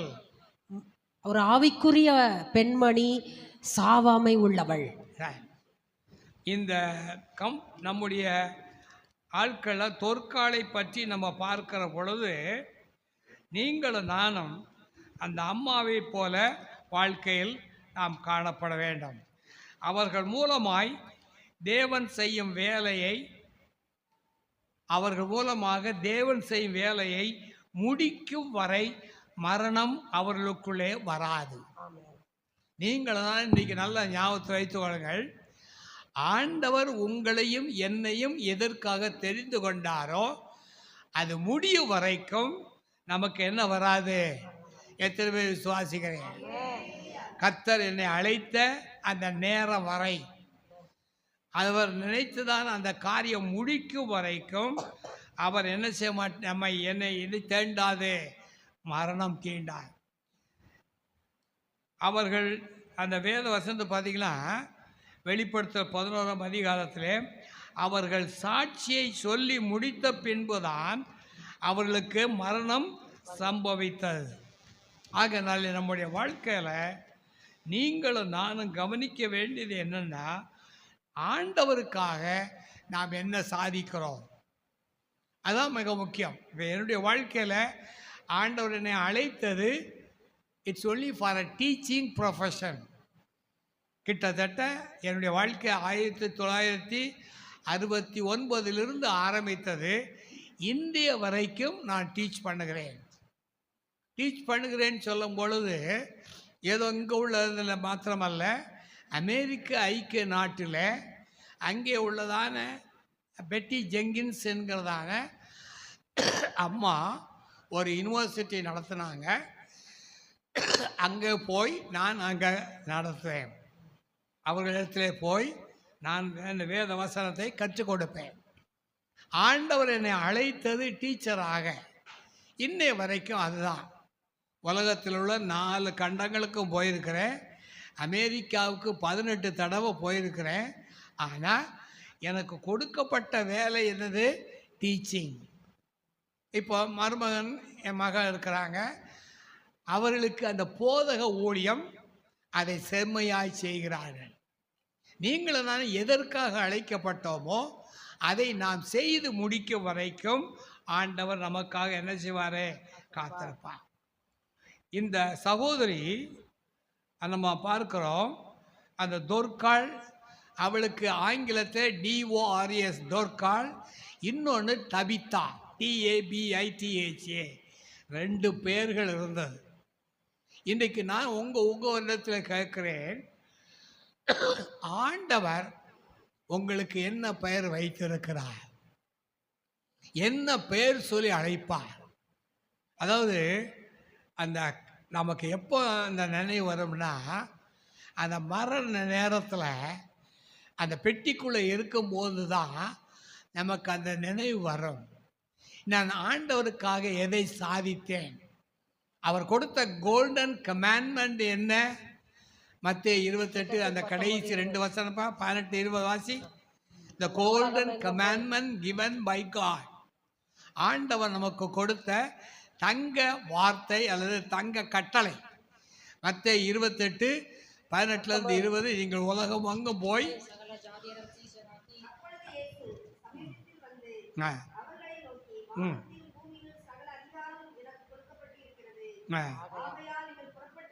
நீங்கள் புறப்பட்டு போய் சகல ஜாதிகளை சீஷராக்கி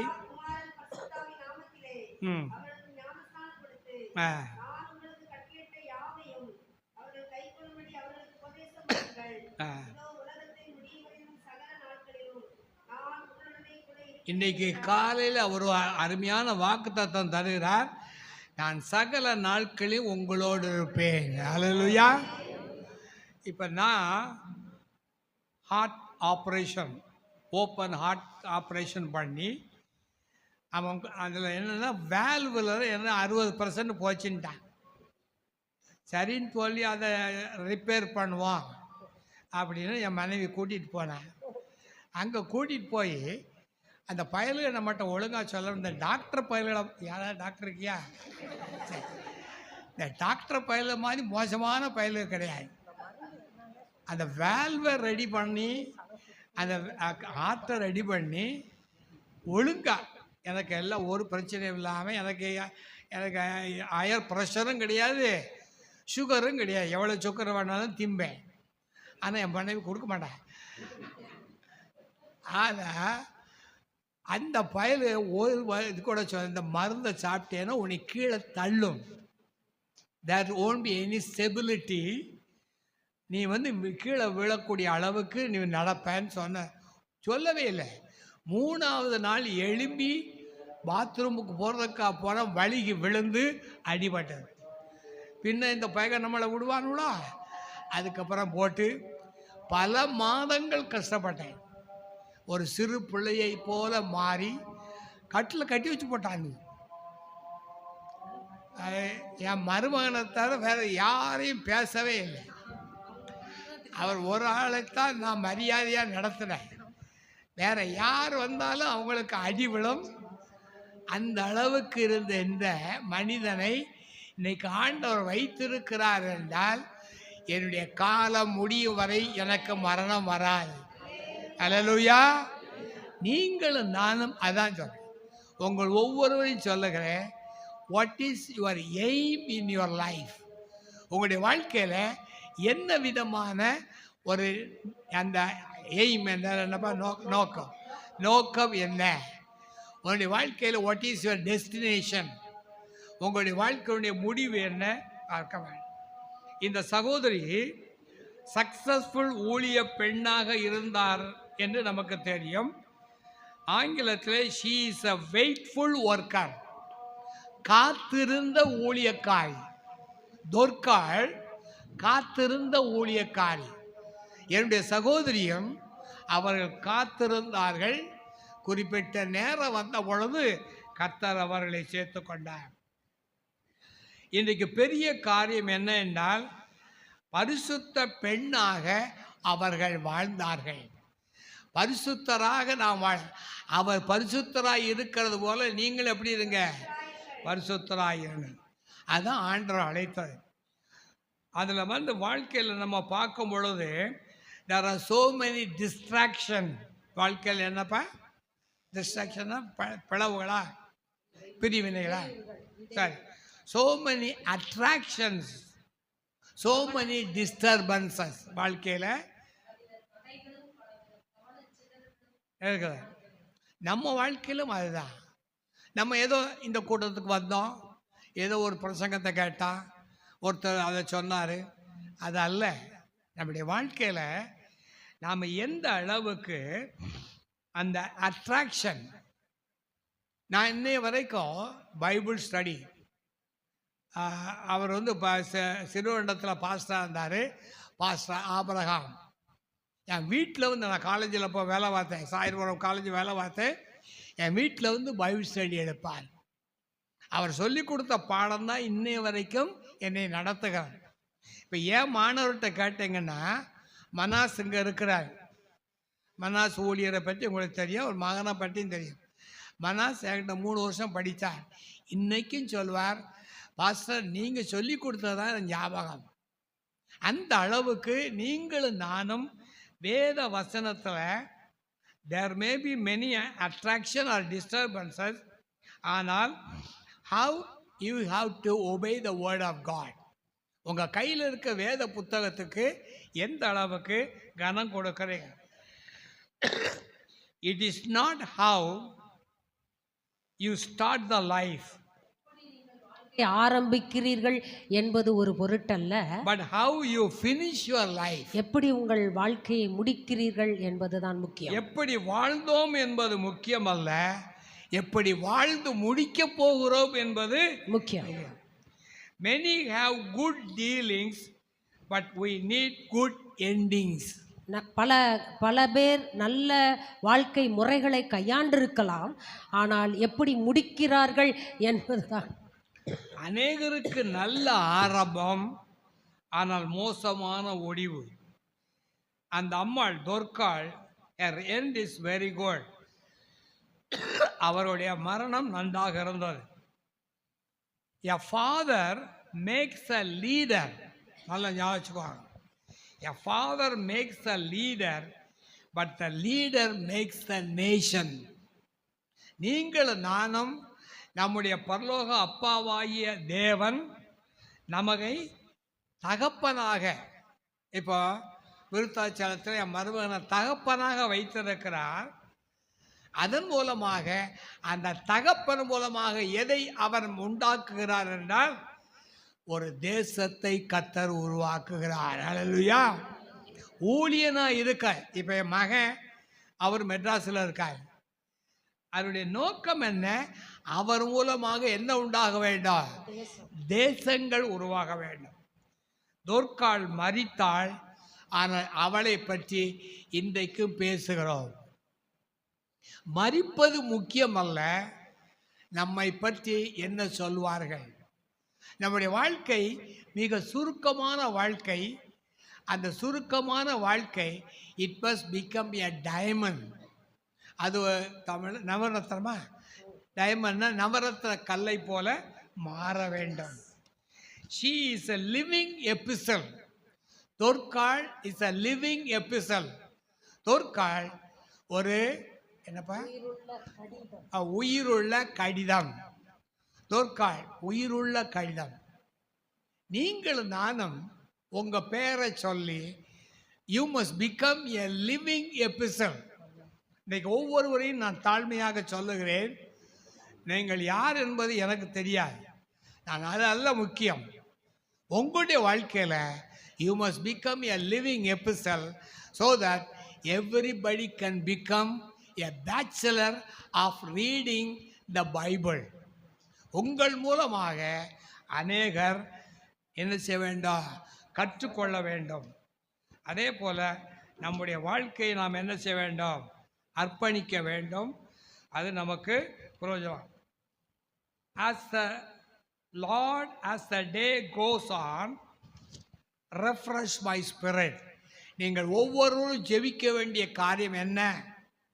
as the day goes on, இந்த நாட்கள் refresh my spirit. ஆண்டவரே, என் நாட்கள் போக போக என்னுடைய ஆவியை நீர் உயிர்ப்பியும். நீங்கள் ஒவ்வொருவரும் இப்போ சொல்லுங்க பார்க்கலாம், தமிழ்ல சொல்லுவேன். ஆண்டவரே, ஆண்டவரே, எங்கள் நாட்கள் கடந்து போக போக எங்கள் ஆவியை நீங்கள் உயிர்ப்பீங்க. and renew my strength. என்னுடைய பலனை புதுப்பியும். help me to stay focused and patient and kind. அன்பாகவும் பொறுமையாகவும் நோக்கத்துடனும் இருக்க எனக்கு நீங்க உதவி செய்யுங்க. ஆண்டவராய் இயேசுவின் நாமத்தினாலே நான் பேசிக்கிட்டே போனால் 3 மணி நேரம் பேசுவேன். எனக்கு அந்த வியாதி இருக்குது. கேட்குறதுக்கு நீங்கள் பொறுமை உள்ளவளான்னு தெரியாது எனக்கு. அதனால் மகன் எனக்கு, மருமகன் எனக்கு 2 பேரும் இந்த அளவுக்கு ஆதரவு கொடுத்ததுக்காக நன்றி. கர்த்தர் உங்களை ஆசீர்வதிப்பாராக.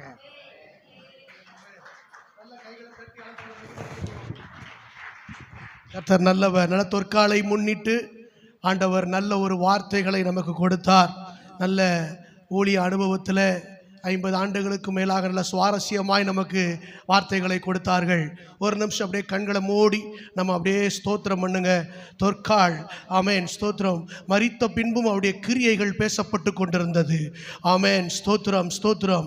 இன்றைக்கும் ஆண்டவர் ஒவ்வொருவரை குறித்து சில திட்டங்களை வைத்திருக்கிறார், சில காரியங்களை வைத்திருக்கிறார். அந்த காரியங்கள் நிறைவேற்றி முடியும் அளவும் கர்த்தர் ஒருவரையும் எடுத்துக்கொள்வதில்லை. அருமையான தாயாருக்கு இந்த நல்ல ஆயுஷ் நாட்களை கொடுத்து, ஆமென், ஸ்தோத்திரம், அவர்களுடைய ஓட்டத்தை நல்ல கிரியைகளோடு முடிக்க கர்த்தர் உதவி செய்தார். ஆமென். நாம் ஜீவிக்கிற நாட்களில் இதை போல பேசப்படுகிற நல்ல கிரியைகள் நம்முடைய வாழ்க்கையில உண்டாகும்படியாய் எல்லாரும் கர்த்தரை ஸ்தோத்திரம் பண்ணுவோம். கர்த்தர் நல்லவர். நல்ல ஒரு சாட்சியின் அனுபவத்தை, ஆமென், நம்முடைய கிரியைகள் பேசப்பட வேண்டும். ஆமென், ஆமென், ஆமென். கிரியைகள் என்பது குணத்தை சார்ந்தது. கிரியைகள் என்பது குணத்தை சார்ந்தது. நம்ம நல்ல குணங்கள் உள்ளவர்களாய், ஆமென், சாந்தமும் அமைதலும் உள்ள ஆவியாகிய அந்த ஆவி நம் எல்லாருக்குள்ளே கடந்து வரும்படியாய் இவைகளுக்கு மூல ஆதாரமாக அவர்கள் எந்நேரமும் வேதத்தை தியானித்துக் கொண்டிருந்தார்கள். அந்த வேதத்தின் மூலமாய் நமக்கும் அந்த கிருபைகள் உண்டாகும்படி நம்ம எல்லாரும் கர்த்தரை ஸ்தோத்திரம் பண்ணுவோம்.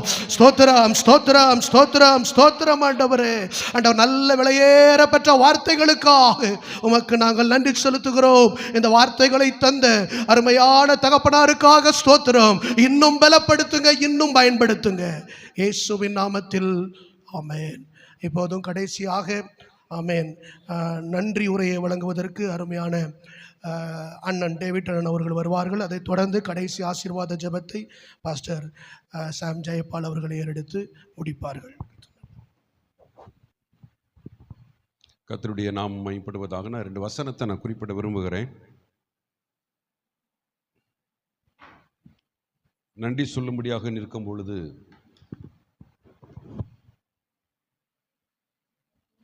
முதலாவது என்னுடைய நன்றியை நான் தேவனுக்கு நான் தெரியப்படுத்த விரும்புகிறேன்.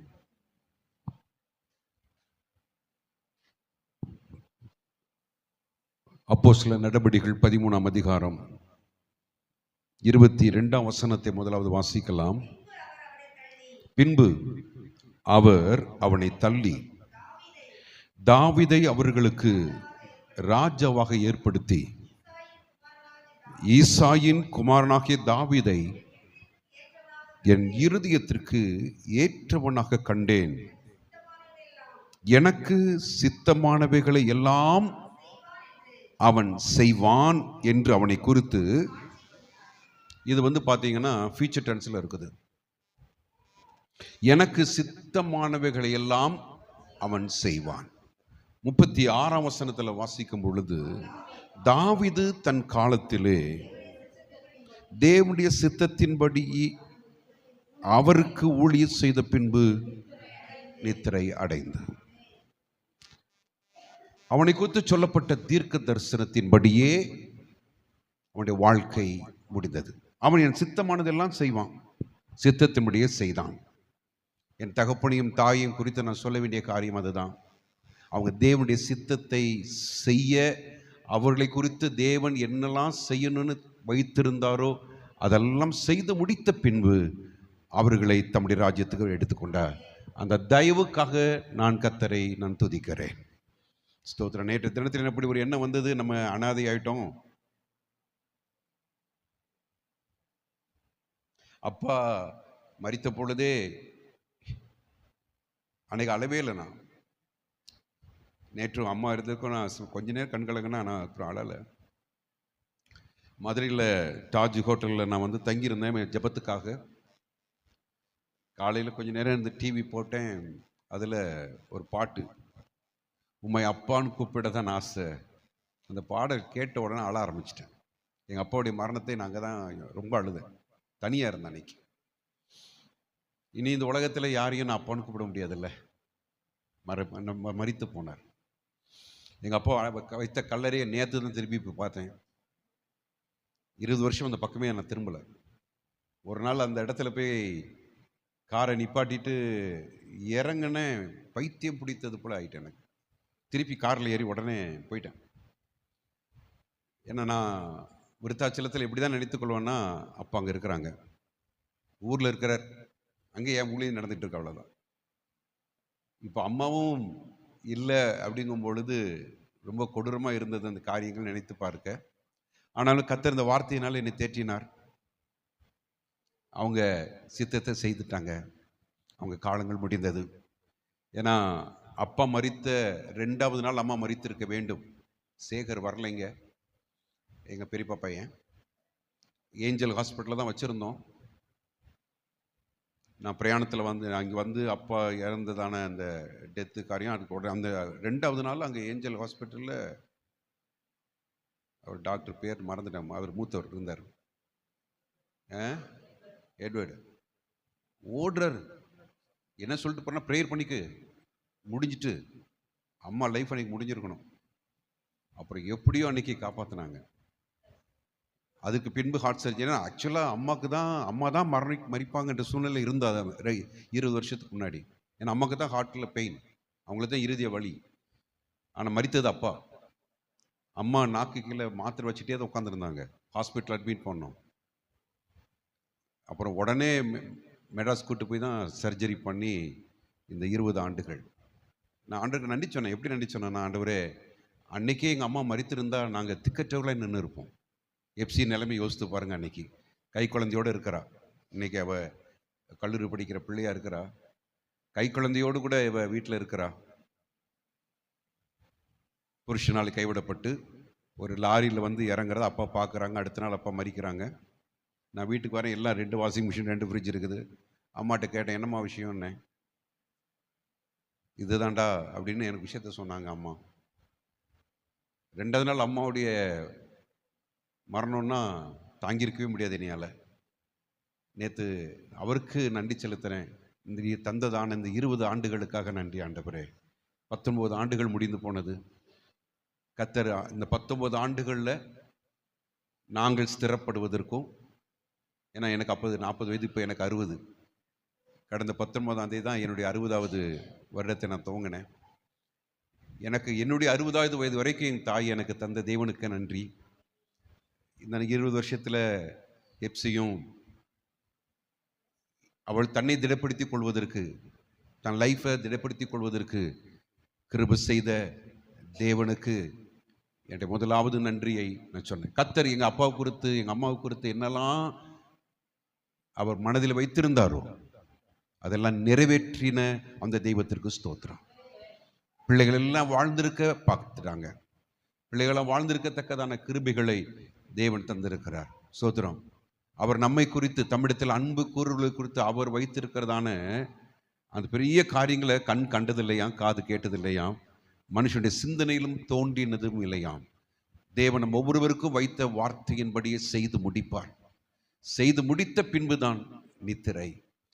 தேவனுக்கு என்னுடைய நன்றி. 2வது நான் நன்றி சொல்ல விரும்புகிறது, உங்கள் ஒவ்வொருவருக்கும் என்னுடைய நன்றியை நான் தெரிவிக்க விரும்புகிறேன். இதை நான் எப்படி ஆரம்பிக்க நான் விரும்புகிறேன் அப்படின்னு சொன்னால்,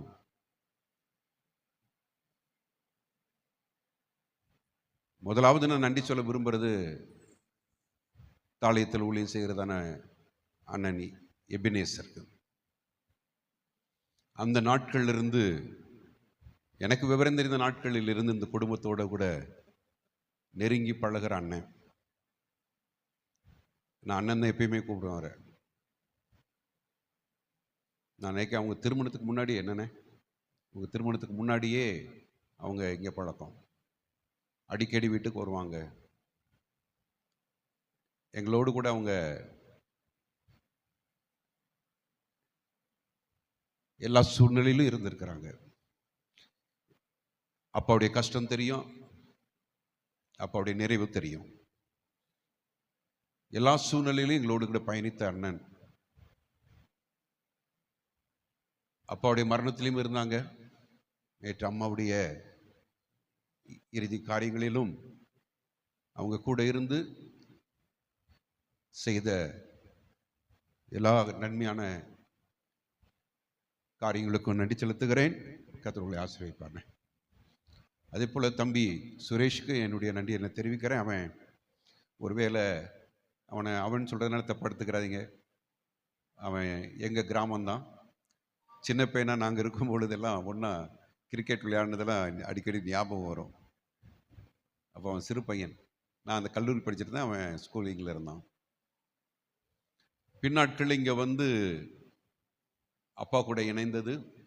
சில காலங்கள் அப்பாவுக்கு வாகனத்தை ஓட்டுறதுக்கு தான் இருந்தான். ஆனாலும் கர்த்தர் அவன் மேல் வைத்த அழைப்பை தேவன் உறுதிப்படுத்தின பொழுது இன்னைக்கு நல்ல ஒரு மகிமையான ஊழியத்தை செய்ய கர்த்தர் அவனுக்கு இறக்கம் காண்பித்தார். அவன் செய்ததான சுரேஷ் மூலமாக என் அம்மா இறந்துட்டாங்கன்னு உடனே இங்கே வந்து காரியங்களை செய்த சுரேஷுக்கு என்னுடைய நன்றியை தெரிவிக்கிறேன். கர்த்தர் ஆசீர்வதிப்பார். அதே போல் இங்கே இருக்கிறதான ஸ்தாபனத்தின் ஊழியர்கள் ஒவ்வொருவருக்கும் என்னுடைய அன்பையும் நன்றியும் தெரிவிக்கிறேன். விசுவாச குடும்பங்கள், எஸ்ஐகே பிரதர் குடும்பம் தான் எங்கள் சபை விசுவாச குடும்பம்.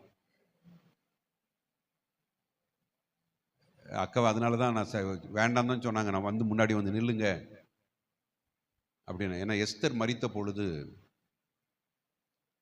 பஸ்ஸில் அடிபட்டு இறந்துட்டா. எங்கள் அப்பா என்கிட்ட சொன்னாங்க, அக்காவுக்கு குழந்தை கிடையாது. அப்போ பல வருஷங்களாக குழந்தை இல்லாமல் தான் சபையில் இருந்தாங்க. அப்பாவை அவங்களும் அப்பா தான் கூப்பிடுவாங்க. அப்பா கதறிக்கிட்டு இருக்கிறாங்க. அந்த நேரத்தில் கேட்டில் நுழையும் பொழுதே அப்பா அப்படின்ட்டு தான் அக்கா ஓடி வந்திருக்கிறாங்க. அப்போ ஆண்டு எங்கள் அப்பா ஜோம்னாங்களாம், என் பிள்ளை தான் எடுத்துட்டீங்க, இவருக்கு ஒரு பிள்ளையை கொடுங்களேன்னு. அந்த நேரத்தில் உங்களுக்கு ரெண்டு இருதயத்தை பாருங்க. என் பிள்ளை தான் எடுத்துட்டீங்க, இவளுக்கு ஒரு அந்த ஜபத்தை கத்த கேட்டார். இன்னைக்கு 2 பெண் பிள்ளைங்க, 2 பிள்ளைகளுடைய பிள்ளைகளையும் நான் பார்க்கும்படி கத்த எனக்கு இறக்கம் செய்துட்டார். ஸ்தோத்திரம். கத்தர் நல்லவர். அவங்க வாழ்க்கையிலிருந்து நிந்தையை தேவன் மாற்றினார். கத்தரை அவளை வாழ வைத்திருக்கிறார். அப்படி ஒவ்வொரு குறித்தும் நான் சாட்சி சொல்ல முடியும். நான் ஏன் இதில் சொல்லனா, இந்த ஊரில் நான் இருந்து வெறும் 11 வருஷம் தான். எனக்கு உங்களை யாருமே எனக்கு தெரியல. 77 to 88 தான்.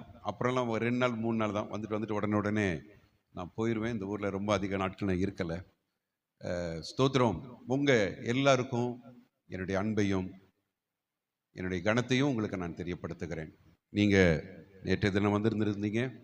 இன்றைக்கும் இந்த ஆறுதல் கூட்டத்திற்கும் வந்திருக்கிற உங்கள் ஒவ்வொருவருக்கும் என்னுடைய அன்பை நான் தெரிவிக்கிறேன். கர்த்தர் உங்களை ஆசீர்வதிப்பாராக. இந்த கடினமான பாதைகளில் நாங்கள் நடந்து வரும்பொழுது எங்களோடு இருந்ததான உங்களுக்கும் என்னுடைய நன்றி. ஸ்தோத்திரம். அடுத்து நான் நன்றி சொல்ல விரும்புகிறது என் 2 அத்தான்மார்களுக்கும் நான் நன்றி செலுத்த விரும்புகிறேன். என்னுடைய ஒருவேளை தங்கையாக இருந்தாலும் சிலவங்க என்ன சொல்லுவாங்க, உங்கள் அக்கா எப்படி இருக்காங்க கேட்பாங்க. அவள் எனக்கு அக்கா மாதிரி தான் இருக்கிறாது, அது வேறு விஷயம். நான் இன்னைக்கு வரையும் என்னை யாரும் 60 வயசுல நம்பவே மாட்டாங்க. ஆனால் அவளை காட்டில் நான் 2 வயசு மூத்தவன் நான். ஆனாலும் 2 அத்தான்மார்களும் வயதில் என்னை காட்டில் வயதில் மூத்தவர்கள். ஜெய்பால் அத்தான், அதுபோல் ஆல்பர்ட் அத்தான், 2 பேருமே அவங்களுக்கு நான் நன்றி கடப்பட்டிருக்கேன். அப்பா மரித்த பின்பு இந்த குடும்பத்தின் காரியங்கள், இந்த ஊழியங்களை அவங்க பொறுப்பெடுத்து எல்லா விதத்திலையும் அவங்க செய்கிற காரியங்களை நினைவு கூறுகிறேன். என் உள்ளத்தின் ஆழத்திலிருந்து அவர்களுக்கு என்னுடைய நன்றியை நான் தெரிவிக்கிறேன். அதான் தோத்திரம். கர்த்தருக்கு ஸ்தோத்திரம். அது மாத்திரமல்ல, இங்கே வந்திருக்கிறதான அண்ணன் புருஷோத்தமன் அவர்களுக்கு என்னுடைய நன்றி. அவங்களும் மைக்கில் வந்திருக்கிறாங்க. கர்த்தருக்கு ஸ்தோத்திரம். அதே போல் அண்ணன் நேற்று விக்டர் என்ன ஊருமா அருப்புக்கோட்டை பக்கத்தில் பந்தல்குடியிலேருந்து வந்துட்டு போன அண்ணன் விக்டர் அவர்களுக்கும் என்னுடைய அன்பு. இப்படி வந்து சென்றதான ஒவ்வொரு உறவுகள் அவங்கெல்லாம் வந்து லீலாவுடைய சம்பந்தம் பண்ணவங்க தான் நம்ம பந்தல்குடியிலேருந்து வந்த அன்னை விக்டர். ஹெலன் அவங்க சம்பந்தி தான் அண்ணன் புருஷோத்தமன். இப்போ இவங்கெல்லாம் வந்து இந்த நாட்களில் கூட இருந்து எங்களை ஆறுதல்படுத்தின அவங்க நீங்கள் இனிமேல் வைத்திருக்க அன்புக்கு நன்றியை நான் மீண்டும் உங்களுக்கு நான் தெரிவிக்கிறேன். கர்த்தர் உங்களை ஆசீர்வதிப்பாராக. ஸ்தோத்திரம். அப்படியே வேலைகளை செய்த மற்ற காரியங்களை செய்த ஒவ்வொருவருக்கும் என்னுடைய அன்பை நான் தெரிவிக்கிறேன். பிள்ளைங்கள்லாம் பேரப்பிள்ளைகள் அவங்க செய்ததான உதவிகள், செய்த ஊழியங்கள், நேற்று தினத்தில் ஃபுல்லாக நான் 40 வருஷமாக ஊழியம் செய்கிறேன். ஆனால் இதுவரை எந்த டெட் பாடியும் நான் தொட்டதே கிடையாது. அப்பாவையும் தொடலை, நேற்று அம்மாவையும் நான் தொடலை. எனக்கு டெட் பாடினா ஒரு சின்ன ஒரு அச்சன் கூட சொல்லலாம். நான் யாராச்சும் மறிச்சிட்டாங்கன்னா பக்கத்துலேயே நிற்க மாட்டேன். நான் அவங்க முகத்தை பார்க்க மாட்டேன். அப்படி எனக்கு ஒரு சின்ன ஒரு இது உண்டு. ஆனால் பிள்ளைங்க நேற்று நான் கவனிக்கிறேன், அவங்க பாடியை தூக்குறாங்க, காரியங்களை செய்கிறாங்க. நேற்று அடக்கம் போது பிரபாவும் ஜோவை தான் நின்று அவங்க 2 பேர் தான் அந்த தலைமாட்டிலையும் கால் மாட்டிலையும் பிடிச்சி அந்த பெட்டியை இறக்குனாங்க. உங்களை குறித்து நான் பெருமை கொள்ளுகிறேன். கர்த்தர் உங்களை ஆசீர்வதிப்பாராக. நம்ம எல்லாரும் இணைந்து நிற்போம். நான் ஏற்கனவே சொன்ன மாதிரி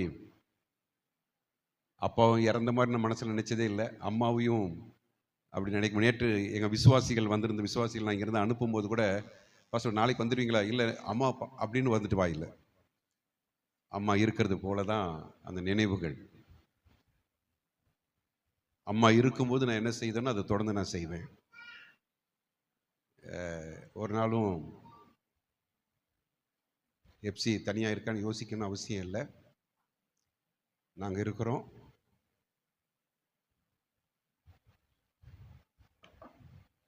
ஒருவேளை சரீரத்தின்படி நாங்கள் பக்கத்தில் இல்லைனாலும் அம்மா உயிரோடு இருக்கிற காலம் வரைக்கும் நான் என்ன செய்தேனோ அதை தொடர்ந்து நான் செய்வேன்.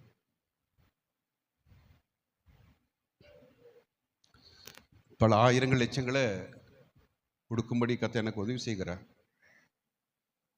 ஆரம்பத்தில் பசியும் பட்டினியுமாக நாங்கள் விருத்தாஞ்சலத்தில் ஊழியத்தை 5 ஆண்டுகள் 99 2004 வரைக்கும் 5 வருஷங்கள் பசியும் பட்டினி தான் என் குடும்பம். உதவி செய்வதற்கு அந்த நாட்களில் யாரும் இல்லை. கர்த்தரும் கேட்கக்கூடாதுன்னு சொல்லிட்டார் என்கிட்ட. டொனேஷன் புக் அடிக்கக்கூடாது, மனுஷன்ட்ட உன் தேவைகளை சொல்லக்கூடாது. அப்பாட்ட கூட சொல்லலை. அதை நேற்று நான் உங்களுக்கு சொல்லிடுறேன். என் அப்பாட்ட கூட நான் அப்பா அந்த மாதிரி எனக்கு கஷ்டம் இருக்குது நான் சொன்னதில்லை. ஆண்டவர் எந்த மனுஷன்ட்டையும் சொல்லக்கூடாதுன்ட்டார். எனக்கு லட்சங்கள் கொடுக்கக்கூடிய நண்பர்கள் இருக்கிறாங்க. நம்ம காரியம் கஷ்டம் அப்படின்னு சொல்லிட்டா செய்யக்கூடிய நபர்கள் உண்டு. ஆனால் தேவன் எனக்கு கொடுத்த ஊழியத்தில் எனக்கு கற்றுக் கொடுத்த முதல் பாடமே என்னென்னா, நீ என்னை சார்ந்து வாழணும். நீ மனுஷனை சாரக்கூடாது, மனுஷன்கிட்ட தேவைகளை சொல்லக்கூடாது. அப்பாவும் இருந்த நாட்கள்லையும் அப்படி தான். அநேக பேர் வீட்டுக்கு கூப்பிடுவாங்க, வர மாட்டேன்றாங்க. விசுவாசி வீட்டுக்கு மட்டும்தான். அதுவும் போனாங்க நேரங்கிறது எஸ்ஐகேல் பிரதர் கடையில் போய் உட்காந்துக்குருவாங்க. நான் சொல்ல, ஏன்ப்பா டெய்லி அங்கே போகிறீங்க அப்படின்னு கேட்பேன் அப்பாட்ட. ஏன் அங்கேயே போயிட்டுருக்கிறீங்க? இல்லை, நான் போய் உட்காந்தா வியாபாரம் நடக்கண்டா, அது வரையும் வராத ஆட்கள் அப்போ வருவாங்கடா, அதனால அந்த கடையில் போய் உட்காந்து ஜோம் பண்ணிட்டு உட்காந்துருப்பேன் அப்படிம்பாங்க அப்பா. இன்றைக்கி அவங்க ஆசீர்வாதமாக இருக்கிறாங்க. கர்த்தர் நல்லவர். அதுதாங்க இந்த சூழ்நிலைகள், காரியங்கள். அதனால் நாங்கள் சில வருத்தம் இருந்துச்சு எனக்கு. அம்மா கூட நான் கொஞ்ச நாள் ஏதாவது உதவி செய்வேன், திரும்பி போயிடுவேன். கண்டுக்கிறோமா கோபம் இருந்து. எங்கள் அப்பா 8 அடினா 16 அடி பாயிற ஆள். அதனால் கொஞ்சம் வைராக்கம் கோபம்லாம் இருந்துச்சு எனக்குள்ள. ஒரு நாள் ஆண்டவர் என்கிட்ட பேசினார். நான் தாய்லாண்டுக்கு கிளம்பிட்டு இருந்தேன். அப்போ ஆண்டவர் சொன்னார், நீ யார் யாருக்கெல்லாம் உதவி செய்கிற, உன் பெற்ற தாய்க்கு நீ உதவி செய்யலையே அப்படின்ற எண்ணம் எனக்கு வந்ததுனால அப்போ ஒரு தீர்மானம் எடுத்து பொருத்தனை பண்ண குறிப்பிட்ட தொகையை மாதந்தோறும் அனுப்புவேன்னு கடந்த 3-4 ஆண்டுகள் நினைக்கிறேன், ஞாபகம் இல்லை. என் பொண்ணு வேலை கிடைச்சி அவள் ஜாயின் பண்ண உடனே என் பொண்ணுகிட்ட சொன்னேன், பாட்டிக்கு மாதந்தோறும் நீ 5000 ரூபா அனுப்பிடணும். அவள் இன்னைக்கு வரை அதை செய்கிறா. உனக்காக பாட்டி ஜெபிப்பாங்க. வேலை சேர்ந்த சம்பளத்தில் அவள் நீ கல்யாணம் ஆகி ஒரு குடும்பத்துக்குள்ளே போய் 5 வருஷம் ஆயிட்டு, ஆனாலும் தொடர்ந்து வேணா 1-2 மாதங்கள் தவறி இருக்கலாம், மற்றபடி தொடர்ந்து உதவி செய்கிறா. நான் தொடர்ந்து அப்படி சொல்ல போகிறேன், பாட்டி அங்கே தான் இருக்கிறாங்க, நீ தொடர்ந்து அத்தைக்கு உதவி செய்யணும் அப்படின்னு நான் சொல்லிடுவேன். நானும் இங்கே தாய் இருப்பதை போல மனிதரை கொண்டு காரியங்களை செய்ய நான் உங்கள் முன்னாடி ஏன் அதை சொல்லணும்னு அவசியம் இல்லை தான், ஆனாலும் சாட்சியாக நான் அதை சொல்கிறேன். தொடர்ந்து இந்த ஊழியத்தோடு கூட நான் ஒத்துழைப்பு. நேற்று ஒரு ஐயா ஆரல் வாய்மொழியா அந்த ஐயா பிடிச்சிட்டு நீ வரவே மாட்டேங்கிற, உன்னை இன்னைக்கு தான் பார்க்குறேன், நீ வரணும் போகணும். நான் ஏஜியில் அசம்பிளி சகோதரில் இருக்கிறதுனால மற்ற காரியங்கள் எனக்கு ஈடுபடலை. எனக்கு அங்கே ஊழியங்கள் தலைமை பொறுப்பில் இருக்கிறேன், அநேக ஊழியங்கள் இருப்பதினால ஒருவேளை வர முடியாது போல இருந்தாலும் என் இறுதி இங்கே தான் இருக்குது. சரீரத்தில் வேணால் தூரமாக இருக்கலாம், என் இறுதி இருக்கிறது. இந்த ஊழியம் வளரணுன்ற விருப்பம், இந்த ஸ்தாபனம் வளரணுன்ற விருப்பங்கள் எனக்கு உண்டு. நான் தொடர்ந்து நான் ஜெபிக்கிறேன். உங்கள் எல்லாருக்காகவும் மீண்டும் ஒரு விசை என் உறவுகள், சொந்தக்காரங்க, நண்பர்கள், வாழ்த்து சொன்னதான ஒவ்வொரு வந்து போனதான என்னுடைய தாய் மாமன் அவர்கள் எல்லாருக்கும் நன்றி. இப்பொழுதும் நமக்கு ஆராதனை முடிந்த பின்பு ஒரு சிறிய ஒரு ஆகாரத்தை நாங்கள் ஆயத்தம் பண்ணியிருக்கிறோம். எங்களை ஆறுதல் படுத்த வந்த நீங்கள் ஒவ்வொருவரும் பசியாறி செல்லும்படி உங்கள் அன்போடு கேட்டுக்கொள்கிறேன். கர்த்தர் உங்களை ஆசீர்வதிப்பாராக. இப்போது இறுதி ஜெபத்தை, ஆசீர்வாத ஜெபத்தை நமது மத்தியில் இருக்கிற பாஸ்டர் சாம் ஜெயபாலையா அவர்களே நடப்பார். ஜெபிப்போம். இரக்கமுள்ள ஆண்டவரே, நன்றியோடு நாங்கள் உம்மை ஸ்தோத்திரிக்கிறோம். நீங்கள் எதை செய்தாலும் கர்த்தருடைய நாமத்தின் மகிமைக்கென்று செய்யுங்கள் என்று வேதத்தில் சொல்லப்பட்டிருக்கிற வார்த்தையின்படி நாட்களை விசேஷித்துக் கொள்ளுகிற எவனும் கர்த்தருக்கென்று அதை விசேஷித்துக் கொள்ளுகிறான் என்று எழுதப்பட்டிருக்கிறபடியே இந்த நாளிலும் அத்தனுடைய வாழ்க்கைக்காக ஆண்டவருக்கு நன்றி சொல்ல இந்த நாளை நாங்கள் முன்குறித்து உம்முடைய நாம மகிமைக்கென்று இந்த நாளை விசேஷித்து கொள்ள நீர் தந்த ஸ்லாக்கியத்துக்காக உமக்கு ஸ்தோத்திரம். ஆண்டவரே, அவர்கள் இந்த பூமியில் வாழ்ந்த நாட்களில் நீர் அவர்களை பராமரித்து நடத்தி வந்த எல்லா வழிகளுக்காகவும் உமக்கு நன்றி சொல்வதோடு அவர்கள் மூலம் எங்களுக்கு நீர் பாராட்டின எல்லா நன்மைகளுக்காகவும் நாங்கள் உமக்கு நன்றி சொல்லுகிறோம். இப்பொழுதும் அவர்களுடைய பிரிவு நிமித்தமாக குடும்பத்திலும் உறவுகள் மத்தியிலும் சபையிலும் உண்டாகியிருக்கிற இந்த பெரிய வெற்றிடத்தை கர்த்தரை நிரப்பி தொடர்ந்து ஆண்டவர் அவர்கள் இந்த பூமியில் வாழ்ந்த நாட்களில் ஒவ்வொருவருக்காகவும் ஜெபித்த ஜெபங்களின் பலனை வரும் நாட்களில் அனைவரும் காண உதவி செய்ய நாங்கள் ஜெபிக்கிறோம்.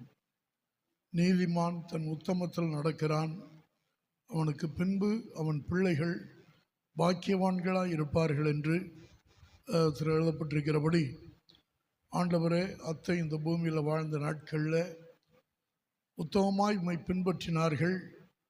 ஆண்டவருக்கு தாவே அவர்களுடைய வாழ்க்கைக்கு பிறகு இனி பிள்ளைகளுடைய சந்ததிகளின் தலைமுறைகளின் வாழ்க்கையெல்லாம் ஆசீர்வதிக்கப்பட உம்முடைய வார்த்தையின்படி நீர் செய்ய நாங்கள் ஜெபிக்கிறோம்.